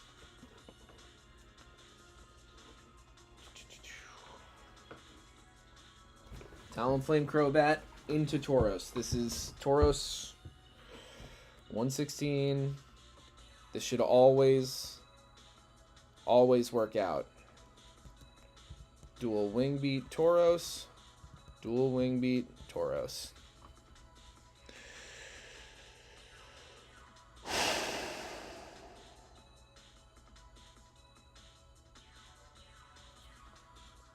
Let's go. Get off my field.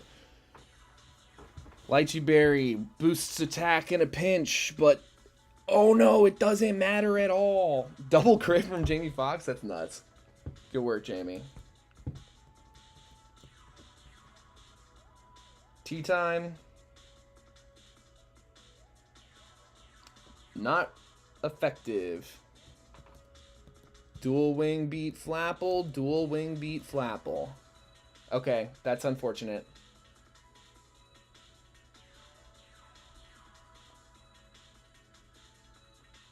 Okay. Oh, damn.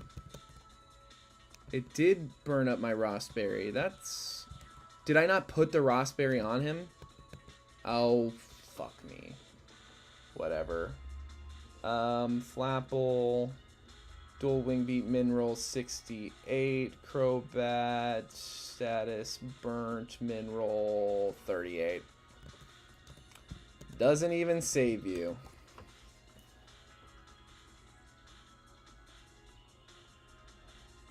Peace. Peace. Bye. Bye. Ripen? Starfberry? I don't think that's a healing berry. Didn't think so. Bye. Bye. Pretty sure these are all, like, in a pinch berries. Like, that just raise stats when they're low on HP. Tea time. Not worried about it. Okay, Tropius. I'm going to double check what the Ganlon berry does. But I feel pretty confident it's just going to... Ganlon berry. Raises defense in a pinch, yeah.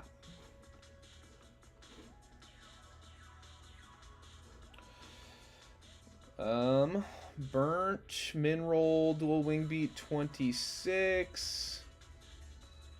Dual Wing Beat, Mineral 48. So we're not going to kill this turn. Max damage coming out of him into Fran Drescher is 35. Into Jamie Foxx, max is 30. So we can still definitely afford to stay in and hit a couple dual wing beats onto that side of the field. Whoa, crit? You're critting out here? That's nuts. Jamie, I think Franny set you up. Oh, almost. Really close. And the defense goes up, so, you know, that's not on you. But y'all should be safe.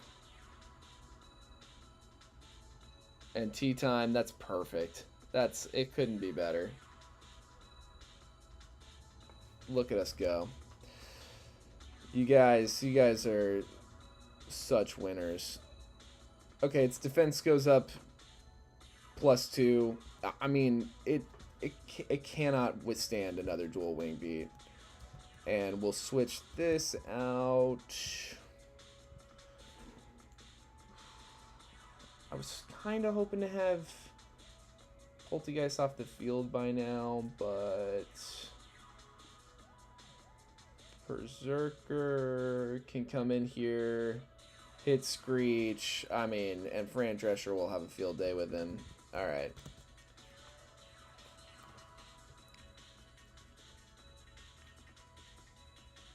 Bye. Bye-bye.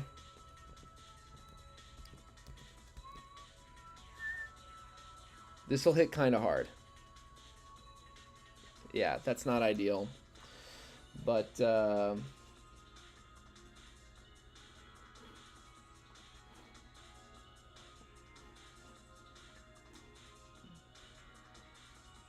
Hex could hit us pretty hard as well. But I don't think we're in range of max roll crit quite yet.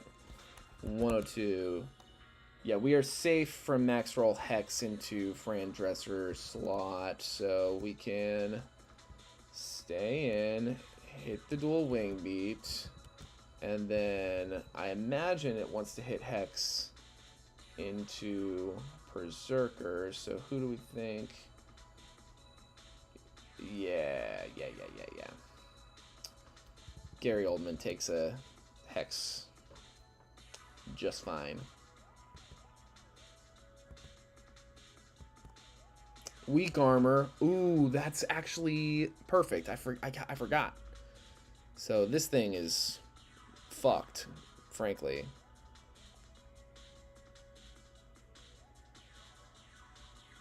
Yeah. Not worried about it is what I'll say here. Not worried about it at all. Weak armor, we watched it. It's just speed that goes up. It's not like attack. Defense drops, speed increases. So the stats are the same. Everyone's safe to any hit out here. So we just dual wing beat Ice Shard. I mean, that's a -2. Never melt Ice Shard. I was thinking it might do the trick. Boom. Easy. Very, very easy for my box. Alrighty. One last guy before we can get our last encounter and call it a day for today's stream. Gonna bag all our items real quick. All the berries are finite resources in this game is my understanding, and so, you know, we have a good amount of them, but there's a lot of fights in this game, and we just never want to have something on willy-nilly that we don't need to have on. So, last fight is a single battle. I'm fairly certain. We'll double check here. Double, yeah, single. So, we're going up against Lumberry, Flamebody, Bold Magmar, Will-O-Wisp Teleport, Acid Spray, Lava Plume. I have a feeling, yeah, and I had the correct feeling that Swampert has a really good chance of killing you. Is there anybody that... And Bulldoze lower speed, so we got a guaranteed 2-shot, maybe? No, it's pretty fast. Now, we are still outsped after 1 speed drop. So we go for the Waterfall because we might get a 1-hit kill. We start off with a Rostberry Swampert. That's how we lead here. Bummed out I didn't put the berry on Crobat. That could have made things a little easier. But even with that, I mean, you saw it went fucking... It went down so smooth. Okay, so the worst case scenario here, we hit Waterfall. He doesn't kill. If he hits Will-O-Wisp, we get burnt. We eat the Rostberry. We're good to go. If he hits... He's faster than us. He's faster than us. So he might just, like, right away hit Teleport. And... what does a Waterfall do to everyone else? He'll never switch in Electabuzz. If he does, he's an idiot. It does over half. If he switches in Kubfu, it does a minimum of 49. So that's a pretty crazy hit. Actually, maybe we should go for the Bulldoze. Because then anything that switches in on us would be much slower. We're not in doubles anymore. But we're not at a place where we're guaranteeing anything either. Focus Punch, we don't have to worry about that. Bulldoze.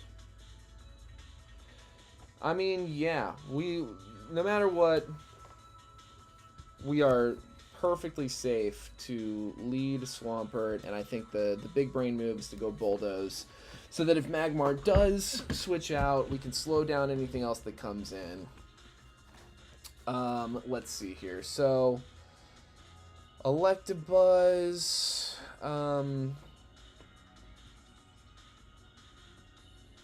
will still be faster than us if it switches into our Bulldoze, but I just don't see that happening. Octavia Spencer. Wait a second. Should we maybe lead Octavia into Magmar? Scorching Sands is a 2-shot. Lava Plume crit. Lava Plume crit. If it crits once, it always kills. I think Swampert is still a good lead. I think we had a good plan there. Cubfu. Focus Punch from Cubfu.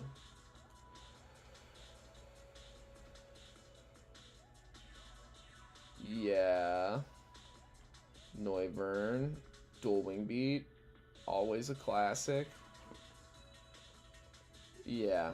So that's not scary.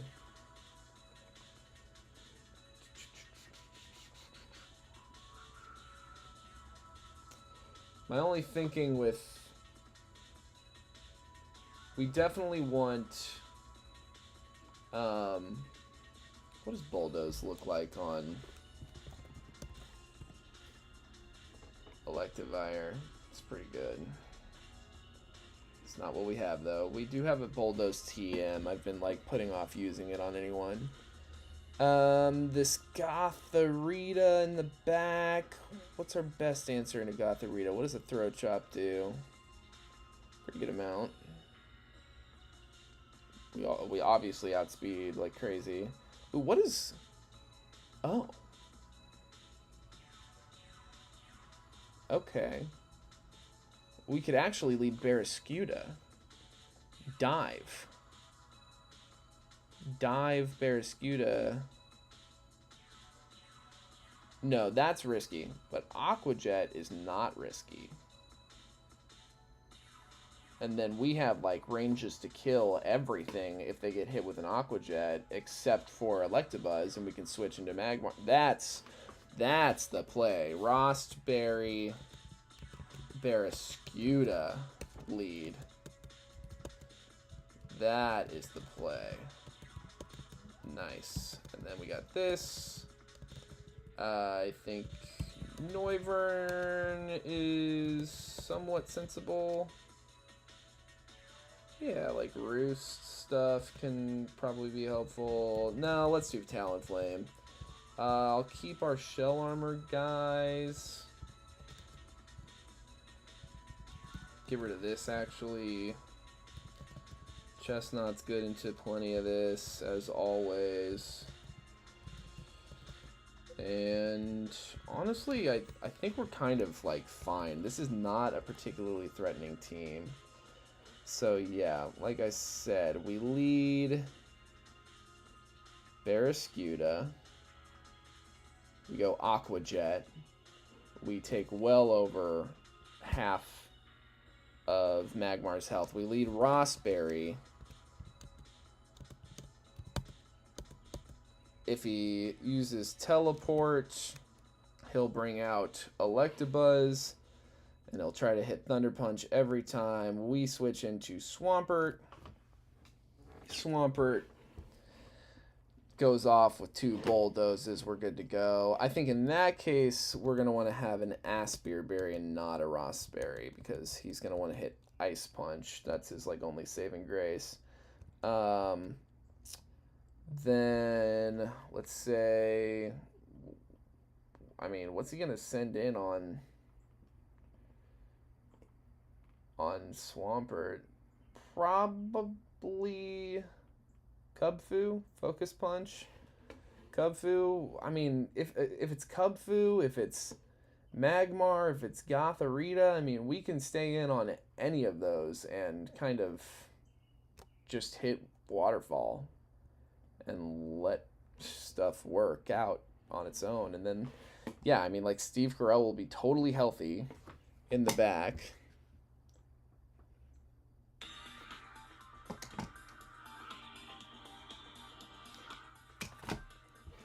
I really think these two basically do the whole fight on their own. And then we have all these other guys back here to, like, manage different threats. Like yeah, Cubfu gets fucked up by Seed Bomb, Spiky Shield, Focus Punch, even if it hits, which it only hits if we don't hit it. It's not hitting us for more than 53%. Like, we can Spiky Shield, and like I said, that's only if we don't hit it first. Like, we can do Wish Lucky Chance stuff with Xatu, Nicole Kidman, Throat Chop from Barrascuda. Goes really crazy. Throat Chop Aqua Jet is so close to it. It's 99.9% mineral is the added up Aqua Jet Throat Chop. So I mean, that right there is, I think, and then like Fran Drescher, it's pretty hard. Do we have anything that resists Psychic? Hidden Power Fighting, I mean, we can send in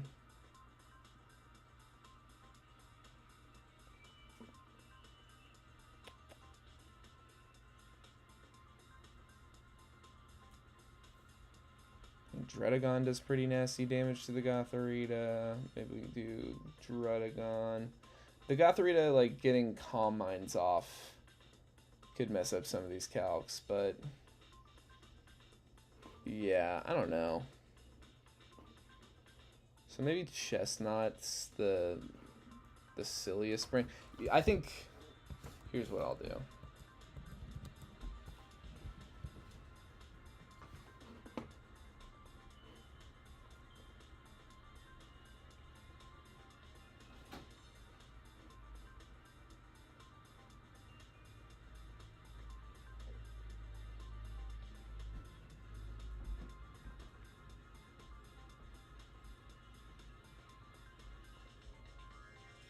Oh.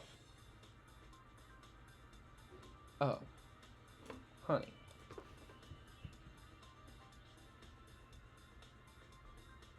What was I talking about doing? Oh, bulldozes. Whatever. Crawdaunt. Over Talonflame there. And now I think, like, we'll just kind of slap berry juices on everybody.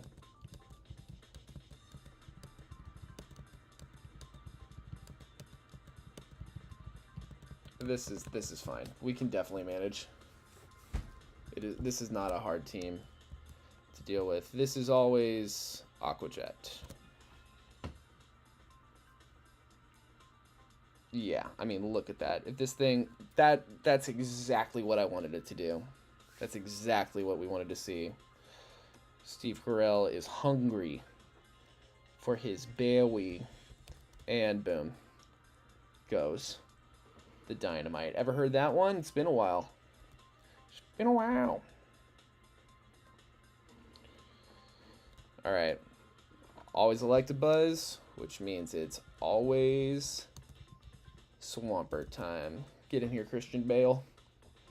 Christian Bale us out of this. We always hit Bulldoze. Ice Punch. Oh no, did we get frozen? Oh no, what are we gonna do? We're gonna eat our berry, you dumb asshole. And we're gonna hit this Bulldoze. Ooh, look at that. Look at that. It's still faster than us, so we might get frozen here. I don't know. I don't see it happening. Yeah. I mean, in worst case scenario, we'd flip around. And we could even afford to stay in for a little while and try to thaw out if we had to. But that's not how it went. So Cubfu's in. Let's just double check these calcs from this HP range. Swampert with 92 HP up against Cubfu. Crit, crit, crit. This thing's faster than us. I imagine it wants to hit Substitute or Focus Punch in either event. We bulldoze to either break the Substitute or to break Focus. Bulldoze should be enough to break the Substitute. Yeah. I'm gonna go for Waterfalls going forward.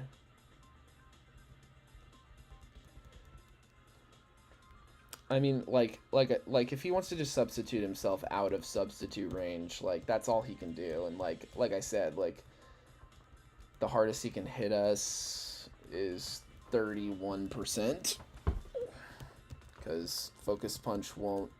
I'm not gonna give Focus Punch a chance to hit. And now he'll be at -1 speed since he didn't substitute. -1 speed. And I believe that makes him slower than us. So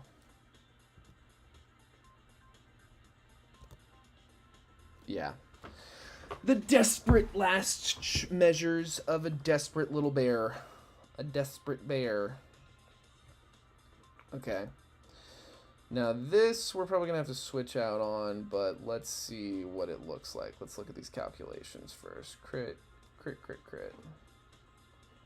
70, not 70%, 70 HP. So we got 48%. We live all crits. And a bulldoze makes her slower than us. So let's go for it. Calm Mind, that's actually a little spooky, but also kind of awesome in a way, because we get the speed drop that we want. Okay. So +1, +1. Stored power starts kind of going nastier. And we are well within crit range. So we do have to switch out. So who are we switching into? Let's look at our team. I think Nicole Kidman can come in here. It's certainly not hitting Hidden Power Fighting. Nicole Kidman comes in, hits the Fake Out. We get just that much more chip. Avoid another Calm Mind. It has Shadow Tag. Swampert's gonna fucking die. Swampert's gonna fucking die. Because this thing has Shadow Tag. And I don't fucking read.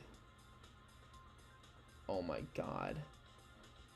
Oh my god. We live anything that doesn't crit. Waterfall could flinch. Don't get crit. Don't get crit. Don't get crit. Don't get crit. Flinch or don't get crit. Flinch! Yes! Yes! Thank God. Oh my god. I was like, why is this fight so easy? And it's because of this Shadow Tag bullshit in the back. Wow, we got lucky. Thank God. I'll trade Rabombi and Masquerain for Swampert. That is not a no hair off my nose, or whatever the fuck the phrase is. Okay, Steven, yes, hand over letter. We get the defog TM. That's pretty nasty. Brawly is like, I like to train here. We got a gym battle. We'll fight you in the gym. Alright, now it's time. We get our light clay to turn off this repel and get our final encounter before Brawly. Snubble, it would have been on the top of my list, but it is another Intimidate user, and it's a fairy type. Like, I think this will definitely come to Brawly. I don't see how this doesn't come to Brawly. So let's catch this sucker and see what it does, and get it into the calculator.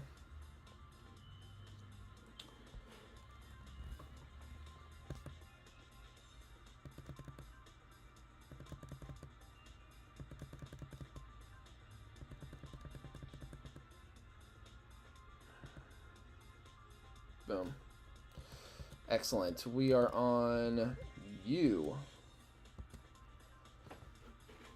An actress whose name starts with U. I mean, there's...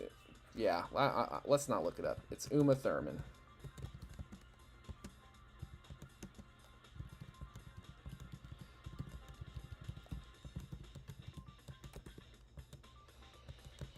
Alright. Let's get her out of the box and leveled up and yada yada yada. Alright. Another Intimidate user, so we got 2 Intimidate users now. That's great. And let's make sure we don't need to delay for anything. Play rough at 46. Of course, play rough at 46. God damn it. Counter, 42. That's something. Spite, Seismic Toss, rate. Oh my god. This moveset's terrible. Charm. Scary Face.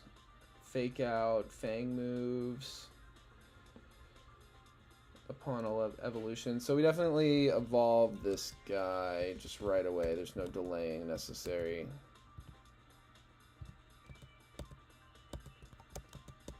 Headbutt's a no-go. Roar is no. Grand Bowl. I'm going to say no to Seismic Toss, I think. Right? Let's do this real quick. Grand Bowl, blank set, level 45. Female. Seismic Toss.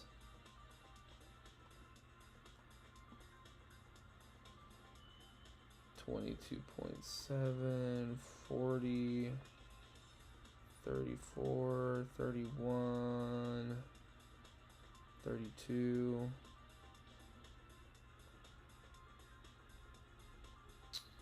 I definitely see us using Lucky Chant in this fight when we get the chance. And honestly, this might be a comfortable sack of sorts. What about next to like Covet? What is Covet doing? Oh, way more. Then that's a no to Seismic Toss. Definitely a no to Rage. Spite is interesting. What do I like better, Scary Face or Spite? I mean, if we're slower than Hariyama.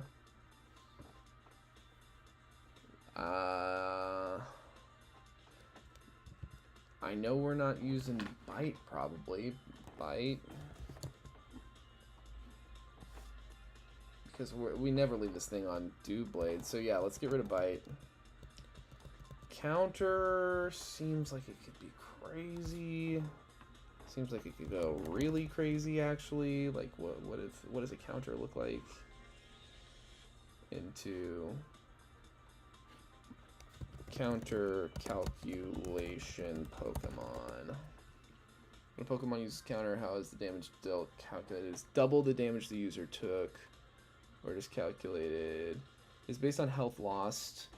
So if you use Tackle and I lose 30 HP and I use Counter, you lose 60 HP. Okay, I mean, and if we're going up against like Hariyama, that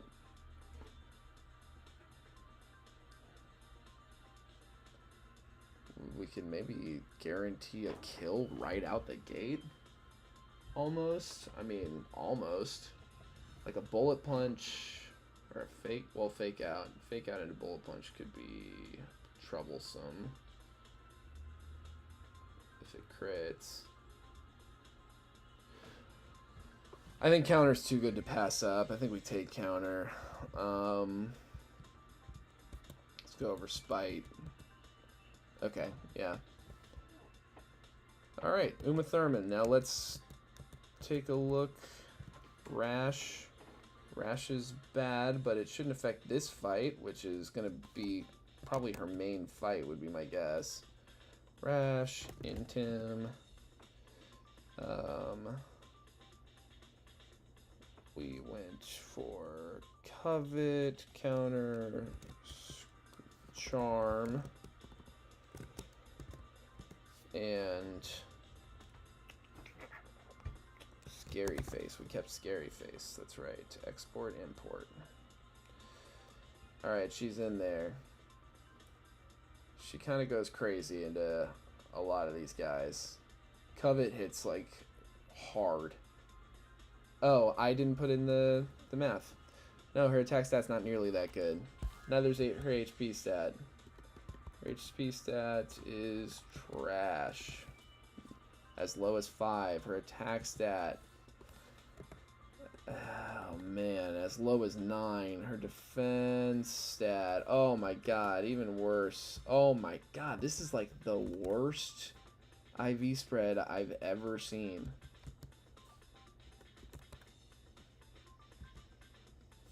Great.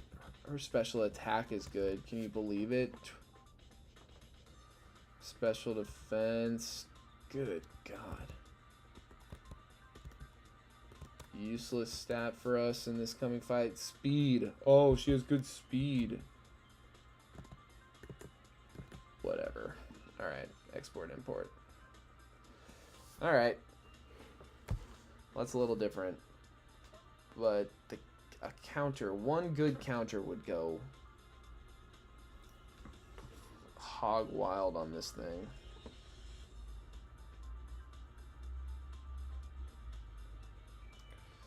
I don't know. It's what we got. This is our box going into Brawly. Well, not going into Brawly, actually. Oh, you couldn't have shown up 2 seconds ago? God damn it. I don't even want to look at the encounter table. I don't want to see if this is the worst possible encounter. It very well could be. Well, that's going to do it for today's stream. We've got 3 trainers in this gym to fight before we take on Brawly. That's probably going to happen either Thursday. No, not Thursday. It's probably going to happen Friday morning. Friday morning stream, we're probably going to try to do this. Depends. If nothing else, if all else fails, you know, I'll always be back Tuesday night. Thanks so much for watching. Whenever you watch, it truly means the world to me that anyone spends any time watching me do this. I'd be doing it anyway. This just makes it that much more fun for me. Hit like if you haven't already. Hit subscribe if you haven't already. It means a lot. A comment means a lot. But ultimately, just like you living your life and being good to yourself and the people around you. That's what really means the most to me. So, I'm here for it. This is Pokemon Null. That's all I can think about. I'll see y'all later.